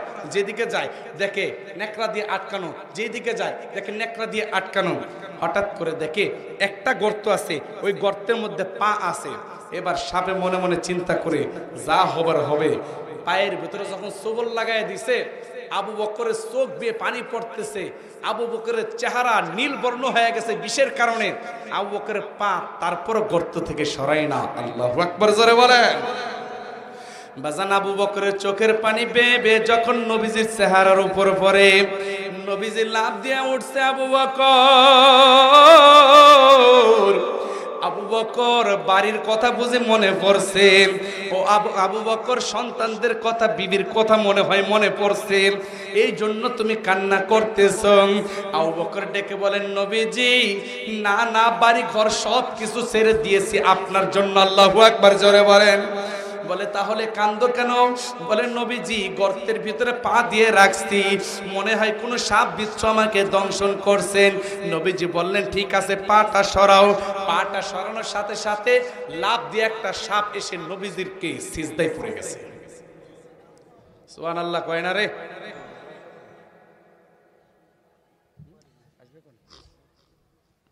আহা, লাফ দিয়ে যখন নবীজির সামনে আসছে, আয়েশা সিজদায় পড়ে গেছেন। নবীজি কয় উঠ, এই তো আবু বকরের কামড় দিছিস কে? মাখলুকাতের ভাষা তো নবীজি বুঝেন। সাপ এবার কান্না করে বলেন, নবীজি আমি আশায় ছিলাম আপনাকে এই গুহার ভিতরে দেখব, কিন্তু আপনার সাহাবী আবু বকর সবগুলা গর্ত আটকাই দিছে, আমি আপনাকে দেখতে পারিনি, এই জন্য বাধ্য হয়ে কামড় লাগাইছি। আল্লাহু আকবার জোরে কর। নবীজি বলছেন ঠিক আছে, কামড় দিছে ভালো কথা, তাড়াতাড়ি বিষটা তুলে নাও। সাপে বাসে সাথে সাথে হযরতে আবু বকরের বিষ তুলে নেয়। আল্লাহু আকবার জোরে কর। আজান আবু বকর সুস্থ হয়ে যান। নবী আবু বকর দুইজনে যখন আবার মদিনার দিকে চলে যান, বাজান সংক্ষিপ্তে বলি, নবীজি যে দিনের জন্য কতটা কষ্ট করছেন, আপনার আমার জন্য কতটা কষ্ট করছেন, এই কথাটা বোঝানোর জন্য আপনাদেরকে তায়েফের ময়দানে নিয়ে গেলাম, আপনাদেরকে মদিনার জমিনে নিয়ে গেলাম। নবী আমার দিন প্রতিষ্ঠা করার জন্য বাবা কতটা কষ্ট করছেন। সময় আমার কম, সংক্ষিপ্তে বলি, নবীজির যখন উহুদের ময়দানে যুদ্ধের ডাক এসে গেছে, উহুদের ময়দানে যখন যুদ্ধের ডাক চলে আসছে বাবা, দিব্যি আরামে সাহাবায়ে কেরাম যুদ্ধ করতেছেন, বেঈমানরা পালাইছে। পালানোর পরে সাহাবায়ে কেরাম ঐক্যবদ্ধ ছিল, দল সহ ছিল, মনে করছে ওরা তো পালায়ে গেছে, আমরা যার যার মতো থাকি। কিন্তু ওরা এই সুযোগটাকে কাজে লাগিয়ে হঠাৎ করে অতর্কিতভাবে মুসলমানদের উপর হামলা করে। নবী আমার যুদ্ধ করতেছেন বাবা, হঠাৎ করে একটা বেঈমান নবীজির মাথার উপরে তলোয়ারের পিছন সাইড দিয়ে এত জোরে একটা বাড়ি দিলেন, সাথে সাথে নবীজির মাথায় লোহার হেলমেট ছিল, হেলমেটটা ভেঙে যায়। একটু পরে আবার যখন নবীজির মুখের উপর বিশাল বড় একটা পাথর ফিকে মারে, নবীজির দাঁতটা ভেঙে যায়। নবীজি চাক ঘূর্ণা দিতে দিতে বাবা একটা গর্তের ভিতরে পড়ে গেছে। ওই দিক দিয়া কে যেন ঘোষণা করছে নবী মুহাম্মদ নাই, নবী মুহাম্মদ হয়তো শহীদ হয়ে গেছে, নবী মুহাম্মদ হয়তো শহীদ হয়ে গেছে। বাজান এই কথা যখন সাহাবায়ে কেরাম শুনছে, সাহাবায়ে কেরাম এই কথা শোনার পরে তরবারি ছেড়ে দিছে, কারণ আমার নবী দুনিয়ায় নাই, কার জন্য যুদ্ধ করব, কার জন্য বেঁচে থাকব। বাবা অনেক সাহাবায়ে কেরাম শাহাদাত বরণ করলেন। ওইদিকে হযরতে আলী নবীজিকে খুঁজতেছেন, ওইদিকে হযরতে আবু বকর নবীজিকে খুঁজতেছেন। হযরতে আলী এলান করতেছেন, নবীজি আপনি কি দুনিয়াতে আছেন? যদি থাকেন একটা বার সাড়া দেন গো নবীজি। ও নবী, না জানি আপনাকে আল্লাহ তাআলা আরশে উঠায় নিছেন নি।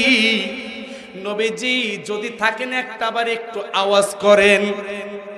বাজান হঠাৎ করে নবীজির কানে যখন হযরতে আলীর এই ডাকের আওয়াজটা যায়, নবী আমার গর্তের মধ্যে উল্টায় পড়ে আছে। নবী আমার গুঙ্গায় গুঙ্গায় বলে, আলী, আলী রে, আয় রে আমার কাছে, আয় রে আলী। ওয়ালি তাকায় দেখ, আমার মাথায় লোহার হেলমেটটা ভেঙে ঢুকে গেছে। এ আলী, আমার মুখের দাঁত ভেঙে গেছে রে। আলী তোরা আমাকে একটাবার তুলে নে। বাজান হযরতে আলী সমস্ত সাহাবায়ে কেরামদেরকে নিউজ দেন, তাড়াতাড়ি আসো, নবীজি মারা যান নাই, নবীজি এখনো বেঁচে আছেন। নবীজিকে আঞ্জা করে ধরে বাজান গর্তে থেকে যখন উপরে উঠাইছেন, নবীজির মাথার ভিতরে এখনো লোহার হেলমেটের টুকরাটা ঢুকে আছে, নবীজির দাঁতটা ভেঙে পড়ে গেছে। নবী আমার ডেকে বলতেছেন, সাহাবীরা রে, ব্যথা সহ্য করতে পারি না, তোমরা কেউ পারবানি আমার এই লোহার টুকরাটা বের করে দিতে? হঠাৎ করে এক সাহাবী বলেন, নবীজি আমি পারবো আপনার এই লোহার টুকরাটা বের করে দিতে। বলে ঠিক আছে তুমি দাও। বাজান হযরত নবীজির কথা শুনে যখন ওই সাহাবী দাঁত দিয়ে জোরে কামড় দিয়ে টান দিছে, সাথে সাথে ওই সাহাবীরও দাঁত ভেঙে গেছে। দাঁত ভেঙে যাওয়ার পরে সাহাবী তারপরও কামড় ছাড়ে না। চিন্তা করে যদি ছেড়ে দেই, নবীজি যদি দেখেন যে আমার একটা দাঁত ভেঙে গেছে, তাহলে আমাকে আর এটা উঠাইতে দিবেন না। আর যদি কামড়টা ছেড়ে দেই, আবার হয়তো নবীজি আরো বেশি ব্যথা পাবে। আল্লাহু আকবার জোরে বলেন। বাজান একটু পরে এত জোরে একটা কামড় মারছে গো, কামড় দিয়ে যখন টান দিয়েছে, সাথে সাথে নবীজির মাথায় থেকে টুকরাটা বের হয়ে গেছে। সাহাবীর আরো কয়েকটা দাঁত ভেঙে গেছে, সাহাবী অজ্ঞান হয়ে গেছে। জ্ঞান ফেরার পরে কি বলে, কি ব্যাপার, তোমার কি হয়েছে, মুখ দিয়ে রক্ত কেন? বলে নবীজি যখন আপনার এই টুকরাটা বের করতে গেছি, প্রথমে একটা দাঁত ভেঙে গেছে। নবীজি বলেন, তখন তুমি কেন বললা না? এরপরও তুমি কামড় দিয়ে কেন ধরে রাখলাম? বলে নবীজি আমি চিন্তা করলাম, আমি যদি এখন কামড়টা ছেড়ে দেই, আপনি আমাকে এটা আর বের করতে দিবেন না, এই রকম ফজিলতপূর্ণ কাজ থেকে আমি মাহরুম হয়ে যাব নবীজি, এই জন্য আপনাকে বলি নাই। বাজান সাথে সাথে নবী আমার ডেকে বলেন, সাহাবীরা রে, জান্নাতি সাহাবী যদি দেখতে চাও, আমার এই সাহাবীর দিকে নজর দাও। বাজান যখন নাকি দাঁতটা ভেঙে গেছে, এখন দাঁত থেকে রক্ত বের হয়, মাথা থেকে লোহার টুকরাটা বের করার পরে এমন ভাবে রক্ত ফিনকি দিয়ে বের হইতেছে, রক্ত আর কেউ থামাইতে পারে না। ওইদিকে নবীজি বলতেছেন, তোমরা শোনো, তোমরা জানো ভালো কথা, কিন্তু আমার যে এই অবস্থা হয়েছে, আমার মেয়ে ফাতেমার কাছে তোমরা কেউ বলল না। কারণটা কি জানো? আমার ফাতেমা আমাকে এত ভালোবাসে, এত মোহাব্বত করে, ও যদি শুনে যে আমার এমন অবস্থা হয়েছে, ও এমনি মেয়ে লোক মানুষ, মহিলা মানুষ, ও হয়তো মরে যেতে পারো, ওকে তোমরা কেউ বইল না। বাজান কিছুক্ষণ পরে দেখে সাহাবায়ে কেরাম না বললে হবে কি, সারা বদর ছাড়া উহুদের ময়দানে কেমন যেন এলান হয়ে গেছে, নবী মুহাম্মদ নাকি শাহাদাত বরণ করছেন। বাজান হযরতে ফাতেমা দৌড়ায় আসছে, আমার বাবা কই, আমার বাবা কই, আমার বাবা কই। হযরতে আলী দৌড়ায় গিয়া বলে, ফাতেমা বাবা ঠিক আছে, তুমি কোনো টেনশন করো না। বলে না না, আমার বাবার চেহারাটা আমাকে একটা নজর দেখাও। বলে তোমার দেখতে হবে না, আমরা দেখতেছি। বলে না, আমার বাবার চেহারাটা দেখাও। যখন নাকি নিয়ে আসছে বাজান, দেখে নবীজির মাথা থেকে গুপ গুপ করে রক্ত পড়তেছে, ফিনকি দিয়ে রক্ত পড়তেছে। বাজান সাথে সাথে হযরতে ফাতেমা সাহাবায়ে কেরামদেরকে বললেন, আমি একটা ঔষধের ব্যবস্থা করি। বলে কি ঔষধ? বলে আমি খেজুরের যেই ডাল আছে, পাতা আছে, এগুলো পুরে কিছু ছাই বানিয়ে আমার বাবার মাথায় লাগিয়ে দিব, আল্লাহর রহমতে রক্ত পড়া বন্ধ হয়ে যাবে। বাজান যখন নাকি ছাইটা লাগায় দিয়েছেন, সাথে সাথে রক্ত পড়া বন্ধ হয়ে গেছে। এ আমার যুবক ভাইরা, নবী আমার এত কষ্ট করলেন তোমার আমার পর্যন্ত দিন আনার জন্য, অথচ এই নবীর জন্য, নবীর মুহাব্বতের দাড়িটা পর্যন্ত তুমি আমি রাখতে পারি না, নবীজির সুন্নাত জুব্বাটা পর্যন্ত গায়ে দিতে পারি না, নবীজির সুন্নাত টুপিটা পর্যন্ত মাথায় দিতে পারি না। অথচ সাহাবায়ে কেরাম নবীজিকে এত ভালোবাসতেন, এত ভালোবাসতেন, এত মুহাব্বত করতেন, নবীজির জন্য নিজের বুকের তাজা রক্ত পর্যন্ত ঢেলে দিতেন। ঠিক কিনা? জোরে কন, আরো জোরে বলেন ঠিক কিনা। আর একটু বলবো না, শেষ করে দিব, হুজুরে চলে আসবে। সংক্ষিপ্তে, যেহেতু নবীজির মুহাব্বতের আলোচনা, দোস্ত এটা এমন একটা বিষয়, এটা দিন রাত 24 ঘন্টাও যদি বলি তারপরে এই আলোচনা শেষ হবে না। আল্লাহু আকবার, জোরে বলেন। নবীজির একজন প্রিয় সাহাবী সাআদ সালামী, প্রিয় সাহাবী, কালো, এত কালো, এত কালো, এত কালো, চেহারাটা এত সুন্দর, বলে কেউ তাকে পছন্দ করে না। একদিন মন খারাপ কইরা গাছের নিচে বইসা রইছে, নবীজি আইসা পিছ দিয়ে এইভাবে চোখ ধরছে। এখন অন্য কণ্ঠে বলতেছে, একটু চিকন কইরা কণ্ঠে বলতে, বলো তো আমি কে?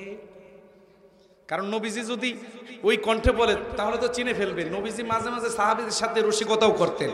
অনেকে আছে রসিকতা বুঝে না, আছে না এরকম? এগুলা কিন্তু ঠিক না। রসিকতা করবেন, অনেকে আছে, আমাদের পুরুষ বাপ ভাইদের ভিতরে এরকম একটা অভ্যাস আছে, বাড়িতে গিয়ে এমন একটা হালাতে থাকে, হ্যাঁ চিন্তা করে আমার বউ যেন আমার বাঘের মতো ভয় পায়, আমার সন্তানরা যেন আমাকে বাঘের মতো ভয় পায়। এটা ঠিক না। সন্তান, স্ত্রী, তাদের সাথে ফ্রি থাকবেন, ফ্রি, একেবারে ফ্রি থাকার চেষ্টা করবেন।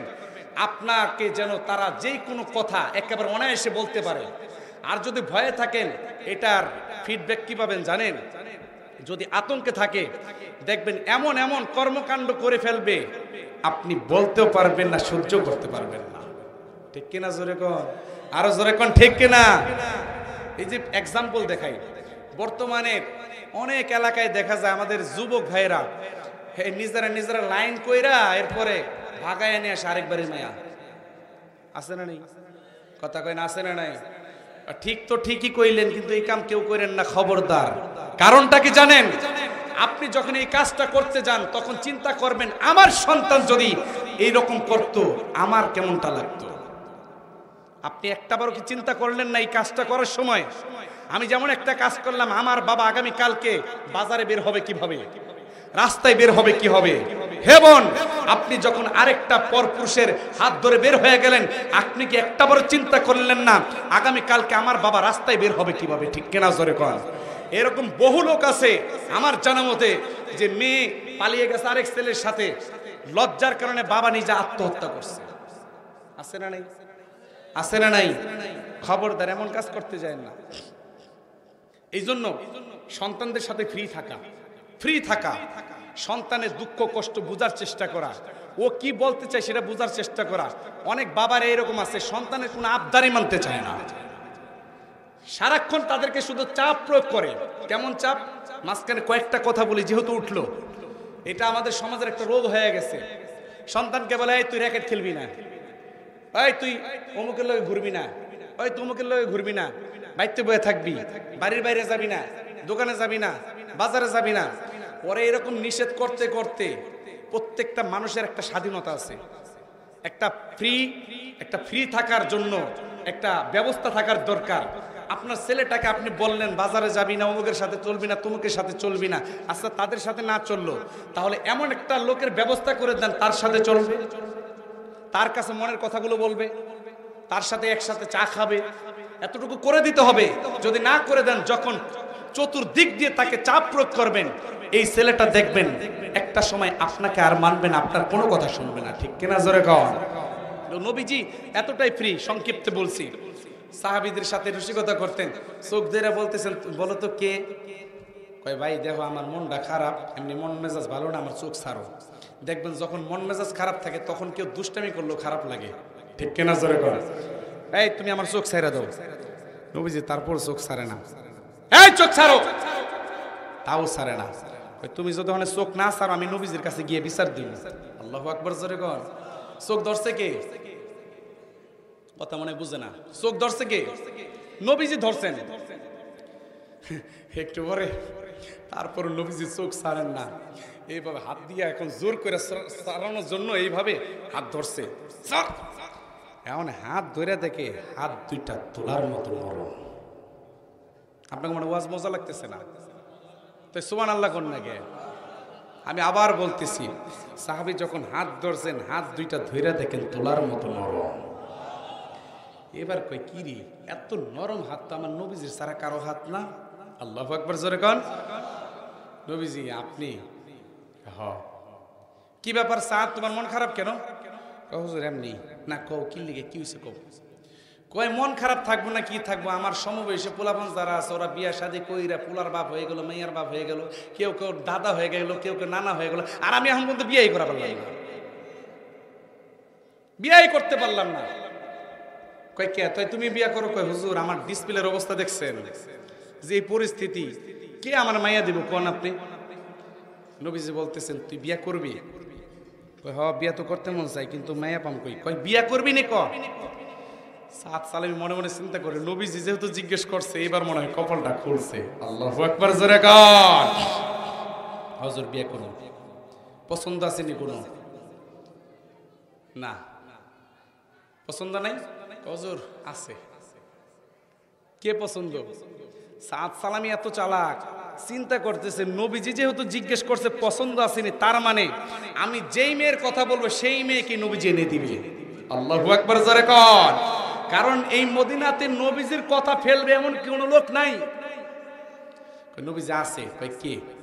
কয় মদিনাতে একটা মেয়ে আছে যে হলো বিশ্ব সুন্দরী, বিশ্ব সুন্দরী হৌরে মদিনা, যাকে একটা লকব দেওয়া হয়েছে, যার মতো সুন্দরী মেয়ে এই মদিনাতে আর একটাও নাই, আমি তো ওরে বিয়ে করতে চাই। আল্লাহু আকবার জোরে কর। একেবারে হাত দিছে জায়গা মতো গিয়া। নবীজি কয় সত্যি বিয়ে করবি? কহ আচ্ছা ঠিক আছে, যাওয়ার বাবার কাছে গিয়ে আমার কথা কহ। হুজুর বিয়া করাইবেন না বুঝলাম, বুঝা হইতে আপনি আমার মায়ের খাবার মন চায়। ওর বাপের কাছে গিয়া যদি কই যে আপনার মেয়ে আমার কাছে বিয়া দেন, আমার বাইন্দে থুইল। কারণ ওকে বিয়া করার জন্য কত ভালো ভালো ছেলেরা আছে, তাদেরকে দেয় না, আমাকে দিবে। কই তুমি যাও, আমার কথা গিয়া বলো। বাড়িতে গেছে। আসসালামু আলাইকুম কাকা, বাড়িতে আসেননি? ওয়ালাইকুম আসসালাম। কে? কাকা সাত সালামি। কি বাবা? কাকা একটু বাইরে আহেন, একটু কথা আছে। কি? কাকা আপনার মায়াডারে আমার কাছে নবীজি বিয়া দিতে কইছে। এই কথা কয়ে উঠতে উঠতে মারছে দৌড়। ও চিন্তা করছে যদি আমার বাইন্দা টেন্দা তো দূরে খাড়ায় কয় চাচা কি রেজাল্ট হয় জানেন? চাচাই তো রাগে এবার খাপতেছে, কি এত বড় সাহস, ওর মতো পোলা আমার মেয়ে বিয়ে করতে চাই। ঘরে গেছে পরে এবার মেয়ে ডেকে বলতেছেন, বাবা আপনি গেলেন স্বাভাবিকভাবে, কিন্তু ঘরে আসলেন অনেক রাগ হয়ে, কারণ কি? কয় তোর হুনর লাগবো না, তুই হুনলে তুইও রাগ হয়ে যাবি। বলে বাবাজি আপনি না বললে কি হবে, আমি সব শুনছি। তা শুনছস তাহলে জিজ্ঞেস করস কেন? বলে বাবা গো প্রস্তাবটা নিয়ে আসছে কে? বলে সাদ সালামি। বলে প্রস্তাবটা পাঠাইছে কে? বলে আমার নবীজি। বলে বাবা গো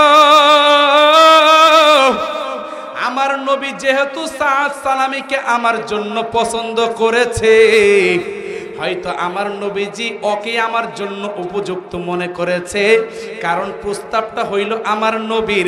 আমার নবীর প্রস্তাবের বিরুদ্ধে আমি কখনো যেতে পারি না। আমি রাজি আছি। পরে কইয়া দেন কস কি তুই রাজি? তুই এই কাল্লা পোলা বিয়ে করবি? হ্যাঁ হ্যাঁ ঠিক আছে, তুই বিয়ে করলে তো আমার কোনো কিছু করার নেই। আর আমিও কি করুম ক, আমিও তো ভাবছি তুই রাগ হয়ে যাবি। এখন দূরে থেকে এই সাদ সালামি হেনাও। চাচা ওইতেই কোন আপনি আমার ডাইকে নিয়ে আবার বান দেন কিনা, আবার মাইন্ড মুড় দেন কিনা, ওইতেই কোন না হই না। কয় কোন কোন কোন? ঠিক আছে যাও নবীজিকে গিয়া বলো আমিও রাজি আছি, আমার মেয়েও রাজি আছে। আর একটু জোরে কর। ঘটনাটা শেষ করবো না ছেড়ে দিব? শেষ করবো না ছেড়ে দিব? তাহলে একটু সুবহানাল্লাহ জোরে কোন তো, চিৎকার মেরে বলেন আল্লাহু আকবার। নারায়ে তাকবীর, নারায়ে তাকবীর।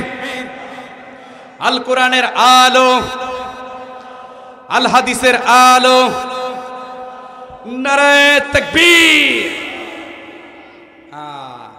সাদ সালামি এবার খুশিতে একবার রাস্তার এইদিকে যায়, একবার এইদিকে যায়, একবার এইদিকে যায়, এবার তিরিং তিরিং করে দৌড়াইতে দৌড়াইতে নবীজির কাছে গেছে। নবীজি কাম হয়ে গেছে। কয় কি? কয় নবীজি মেয়েও রাজি, মেয়ের বাবাও রাজি। আল্লাহু আকবার জোরে বলেন। বলে কোস কি রাজি হইছেন? কয় হ্যাঁ রাজি হইছেন। বলে সাদ সালামি বিয়ে করবি, ঘর বাড়ি আসেনি? কয় হুজুর কিচ্ছু নাই। বিয়ে করবি, দেন মোহরের টাকা আসেনি? কয় কিচ্ছু নাই। বিয়ের বাজার করবি, টাকা আসেনি? কয় হুজুর কিচ্ছু নাই। কয় তাহলে বিয়ে করবি কেমনে? কয় হুজুর বিয়ে করাইতেছেন আপনি, রাতে আমাকে থাকার ব্যবস্থা করে দিবেন আপনি, বিয়ার জন্য দেন মোহরের ব্যবস্থা করে দিবেন আপনি, বাসর ঘরের ফুল কেনার ব্যবস্থা করে দিবেন আপনি। বাজান যদি মুহাব্বতের কেউ থাকে তখন সব কিছু বলা যায়, ঠিক কিনা জোরে বলেন। নবী আমার মুস্কি হেসে ডেকে বলেন সাদ রে ঠিক আছে যাও, আমার দুই জামাইয়ের কাছে যাও, আলীর কাছে যাও, উসমানের কাছে যাও, দুইজনের কাছে গিয়া আমার কথা বলো, দুইজনের কাছ থেকে তুমি 400 দিরহাম নিয়ে আসো, এরপরে আমার সাথে দেখা করো। বাজান লম্বা ঘটনা সংক্ষিপ্তে বলতেছি। সাদ সালামি যখন 400 দিরহাম নিয়া নবীজির কাছে চলে আসছেন, নবীজি বললেন 200 দিরহাম রেখে দাও, এই 200 দিরহাম দিয়ে তুমি দেন মোহর দিবা। দেন মোহরের একটা কাহিনী বইলা দিই আপনাদেরকে, এটার মাসালাটা বলে দিই। অনেকে মনে করে কাবিন নামা যেটা আছে, কাবিন নামা বুঝেন এই কথা, 10 লাখ 20 লাখ 30 লাখ ধরেন না আপনারা, হ্যাঁ চিন্তা করে যদি 10 লাখ ধরে রাখি 20 লাখ ধরে রাখি, টাকার ডর অন্তত পক্ষে তালাক দিয়ে পারবো না, এই চিন্তাই তো আপনারা করেন তাই না? কিন্তু মাসালাটা শুনেন, দেন মোহর অনেকে জানে মনে হয় সাইরা দিলে দেন লাগে, নাইলে মনে হয় দেন লাগে না। না, মাসালা এখন পর্যন্ত অনেকেই জানে না। দেন মোহর 50,000 টাকা, 50 টাকাও যদি ধরেন, এটা আপনার স্ত্রীর হক হয়ে গেছে। আপনার স্ত্রীকে দেন মোহরের টাকা আগে দিবেন, এরপরে তাকে স্পর্শ করবেন, এর আগে কোনো সুযোগ নাই। 50 টাকা কোন 50,000 বলেন 50 লাখ বলেন, এটা আপনার স্ত্রীকে দিতে হবে। আপনার স্ত্রীকে দেওয়ার পরে আপনার স্ত্রী যদি বলে আপনার টাকা তো আমারই টাকা, এই টাকা আমার লাগবে না, আমার লাগবে না, যদি এইভাবে বলে, বলার পরে যদি মনে হয় যে না ও মন থেকে দিয়ে দিছে, তাহলে আপনি হয়তো ধরতে পারেন। কিন্তু আবার দিছে ঠিক আছে আপনি কাছে রাখেন, আপনার টাকা তো আমারই টাকা, কিন্তু দেখা যায় তালাক দিলে ওই মগার ঘরে মগা 50 লাখ কাবির নামে ধরছে টাকা দেয়, কয় কি কয় না, কথা কয় না, কয় কি কয় না, ভালো করে বুঝতে হইন না, এরপরে বাসর করে যায় যুবকরা, বুঝতে হইন না যায়। এই জন্য দেনমোহর যারা ধরেন মুরব্বীরা ভালো করে বুঝেন, 10 লাখ 20 লাখ 30 লাখ ধরেন না, যেই ছেলেটাকে বিয়ে করাইতেছেন ও কয় টাকা দিতে পারতেছে, কয় টাকা স্বর্ণ দিতে পারবে, কয় টাকা নগদ দিতে পারবে, সেটা হিসাব করে এরপরে দেনমোহর ধার্য করেন। বেচারার ক্যাপাসিটি আছে 50,000 1 লাখ, আপনি ধইরা দিচ্ছেন 10 লাখ, এইবারে টাকা দিব কোত্থেকে, কোথায় থেকে দিবে বলে। এই জন্য কিয়ামতের দিন এই স্বামী ঋণগ্রস্ত অবস্থায় উঠবে। তো হযরতে সাদ সালামি এবার 200 দিরহাম রেখে দিলেন। হুজুর আর 200 দিরহাম? কয় দাঁড়াও আর 200 দিরহাম দিয়া তুমি একটা কাজ করবা, তোমার যা যা লাগে কাপড় চোপড়, যা যা লাগে বউর কাপড় চোপড়, তোমার কাপড় চোপড় সব কিনে নিয়ে আসো। বাজান সাদ সালামি এবার 200 দিরহাম নিয়ে বাজারে যায়।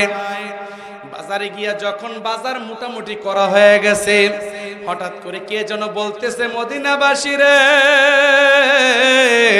তোমরা মদিনার বাজারে ঘুরতেছো, আমার নবী জিহাদের ময়দানে ডাক দিছে, কে কে আসো তোমরা জিহাদের ময়দানে যাইবা। বাজান সাদ সালামির সাথে সাথে দোকানদারকে ডেকে বলে, দোকানদার ভাই, আপনি যে বাজারগুলো দিছিলেন এগুলো ফেরত রাখেন। বলে কেন? বলে নবীজির যুদ্ধের ডাক চলে আসছে, আমার নবীজি যুদ্ধের ময়দানে যাবে, বেঈমানদের সাথে যুদ্ধ করবে, আর আমি সাদ সালামি বিবি নিয়ে আনন্দ করব, এমন আশিকে রাসূল আমি না। আল্লাহু আকবার, জোরে কর। আমি তো এমন আশিকে রাসূল নাম। বলে ভাই এগুলো ফেরত নেন, এগুলোর বিনিময়ে আমাকে একটা তরবারি দেন, একটা কালো কাপড় দেন, একটা ঢাল দেন, একটা ঘোড়া দেন। বলে এই জিনিসগুলো নিয়ে আবাজান যুদ্ধের ময়দানে চলে গেছে। সাদ সালামি এবার ইচ্ছা মতো বেঈমানদের সাথে যুদ্ধ করতেছে। চেহারাটা ঢেকে রাখছে, নবীজি দেখতেছেন একটা ছেলে এসে, একটা যুবক এসে বেঈমানদের বিরুদ্ধে যুদ্ধ করতেছেন, তুমুল বেগে যুদ্ধ করতেছেন, কেউ চিনতেছে না। সাহাবাই কেরাম বলেন, নবীজি এই ছেলেটাকে, ওকে জিজ্ঞেস করব নাকি? বলে জিজ্ঞেস করার দরকার নাই, ওকে যুদ্ধ করতে দাও। বাজান দীর্ঘক্ষণ পর্যন্ত যখন সাদ সালামি যুদ্ধ করতে করতে হাতের এই যে কালো কাপড়টা যখন এইভাবে সরে আসছে, এখানে যখন কালো অংশটা বের হয়ে আসছে, নবী আমার হাত দিকে চিনে ফেলছেন, এটা আমার আশিকে রাসূল সাদের হাত ছাড়া অন্য কারো হাত না। বাজান তারপরে যুদ্ধ করতে করতে যখন আহত হয়ে যায়, নবী আমার সাদকে নিজের রানের উপরে শোয়াইছেন। রানের উপরে শোয়াইয়া নবী আমার আবেগে কান্না করতেছেন, সাদ রে, এ বাবা সাদ, তুই কি করছো এটা? সাদ, তোকে না বিয়ের বাজার করার জন্য পাঠাইলাম, তুই কেন এখানে আসছো? বলে নবীজি আপনি যুদ্ধের ময়দানে থাকবেন আর আমি বাসর ঘর করব, এমনটা তো আমি করতে পারি না। বাজান নবীজি সাদের এই ত্যাগ তিতিক্ষা দেখা আনন্দের কারণে কান্না করতেছেন, আল্লাহর কাছে দোয়া করতেছেন। হঠাৎ করে বাজান সাদ সালামি যখন কালিমা পড়ে দুনিয়া থেকে বিদায় নিয়ে যায়, নবী আমার দূরের দিকে তাকাইয়া মুস্কি মুস্কি হাসতেছেন। সাহাবাই কেরাম বলেন, নবীজি সাদের রুহু যতক্ষণ ছিল ততক্ষণ আপনি কান্না করলেন, রুহু যখন বের হয়ে গেল এখন হাসতেছেন কেন?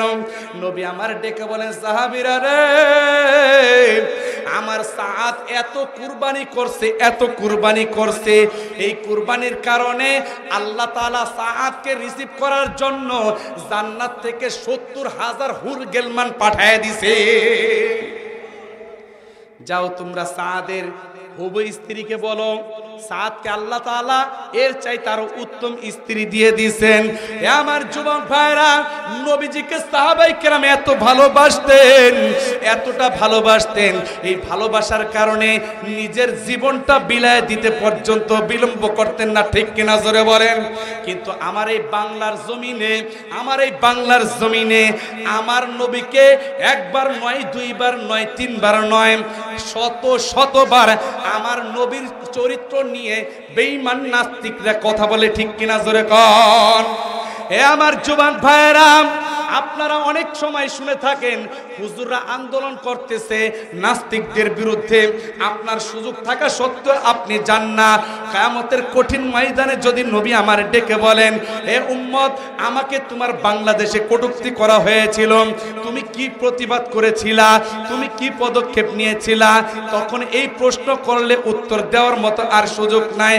আমার যুবক ভাইয়েরা, দীপ্ত কণ্ঠে একটা আওয়াজ দিবা, এখন থেকে নিয়া সামনে কোনো দিন কোনো সময় যদি কোনো নাস্তিক, কোনো বেঈমান, কোনো কাফের, কোনো মুনাফিক আমার নবীর চরিত্র নিয়ে কথা বলে, ওকে জ্যান্ত পুঁতে ফেলবো, ঠিক কিনা জোরে বলেন। ওকে জ্যান্ত পুঁতে ফেলবো, হয়তো শাহাদাত নয়তো গাজী, ঠিক কিনা জোরে কোন। হইলে শাহাদাত বরণ করবো, নাইলে গাজী হব, যা হবার হবে। আমার নবীজিকে গালি দিবে বাংলার জমিনে এত বড় সাহস হয়ে গেছে, এত বড় সাহস হয়ে গেছে। হালাকে এই নবীজিকে সৃষ্টি না করলে যার উসিলায় আল্লাহ তাআলা কুল কায়নাত বানাইলেন তাকে নিয়ে কটূক্তি করে, তার চরিত্র নিয়ে কথা বলে, খবরদার কোন নাস্তিক মুরতাদ ভবিষ্যতে যদি এরকম দুঃসাহস দেখায় ওকে সাথে সাথে বিচার করে দিতে হবে। ঠিক কিনা জোরে বলেন? আমরাও বর্তমান ভবিষ্যৎ সরকারের কাছে একটা আবেদন করি, বিগত সময়ে আমার নবীজিকে নিয়ে যারা কটূক্তি করছে ওদেরকে আইনের আওতায় আনেন। তা কেমন? বলে ঢাকার রাজধানীতে গুলিস্তানের মোড়ে ওকে ফাঁসির কাস্টে ঝুলাইয়া দেন, ভবিষ্যতে আর কোন নাস্তিক আমার নবীজির চরিত্র নিয়ে কথা বলতে পারবে না। ঠিক কিনা জোরে বলেন? আল্লাহ তাআলা আমাদেরকে বুঝবার মানবার তৌফিক দান করুক, সকলে বলি আমিন। নবীজিকে নিজের জীবনের চাইতে ভালোবাসার তৌফিক দান করুক, সকলে বলি আমিন।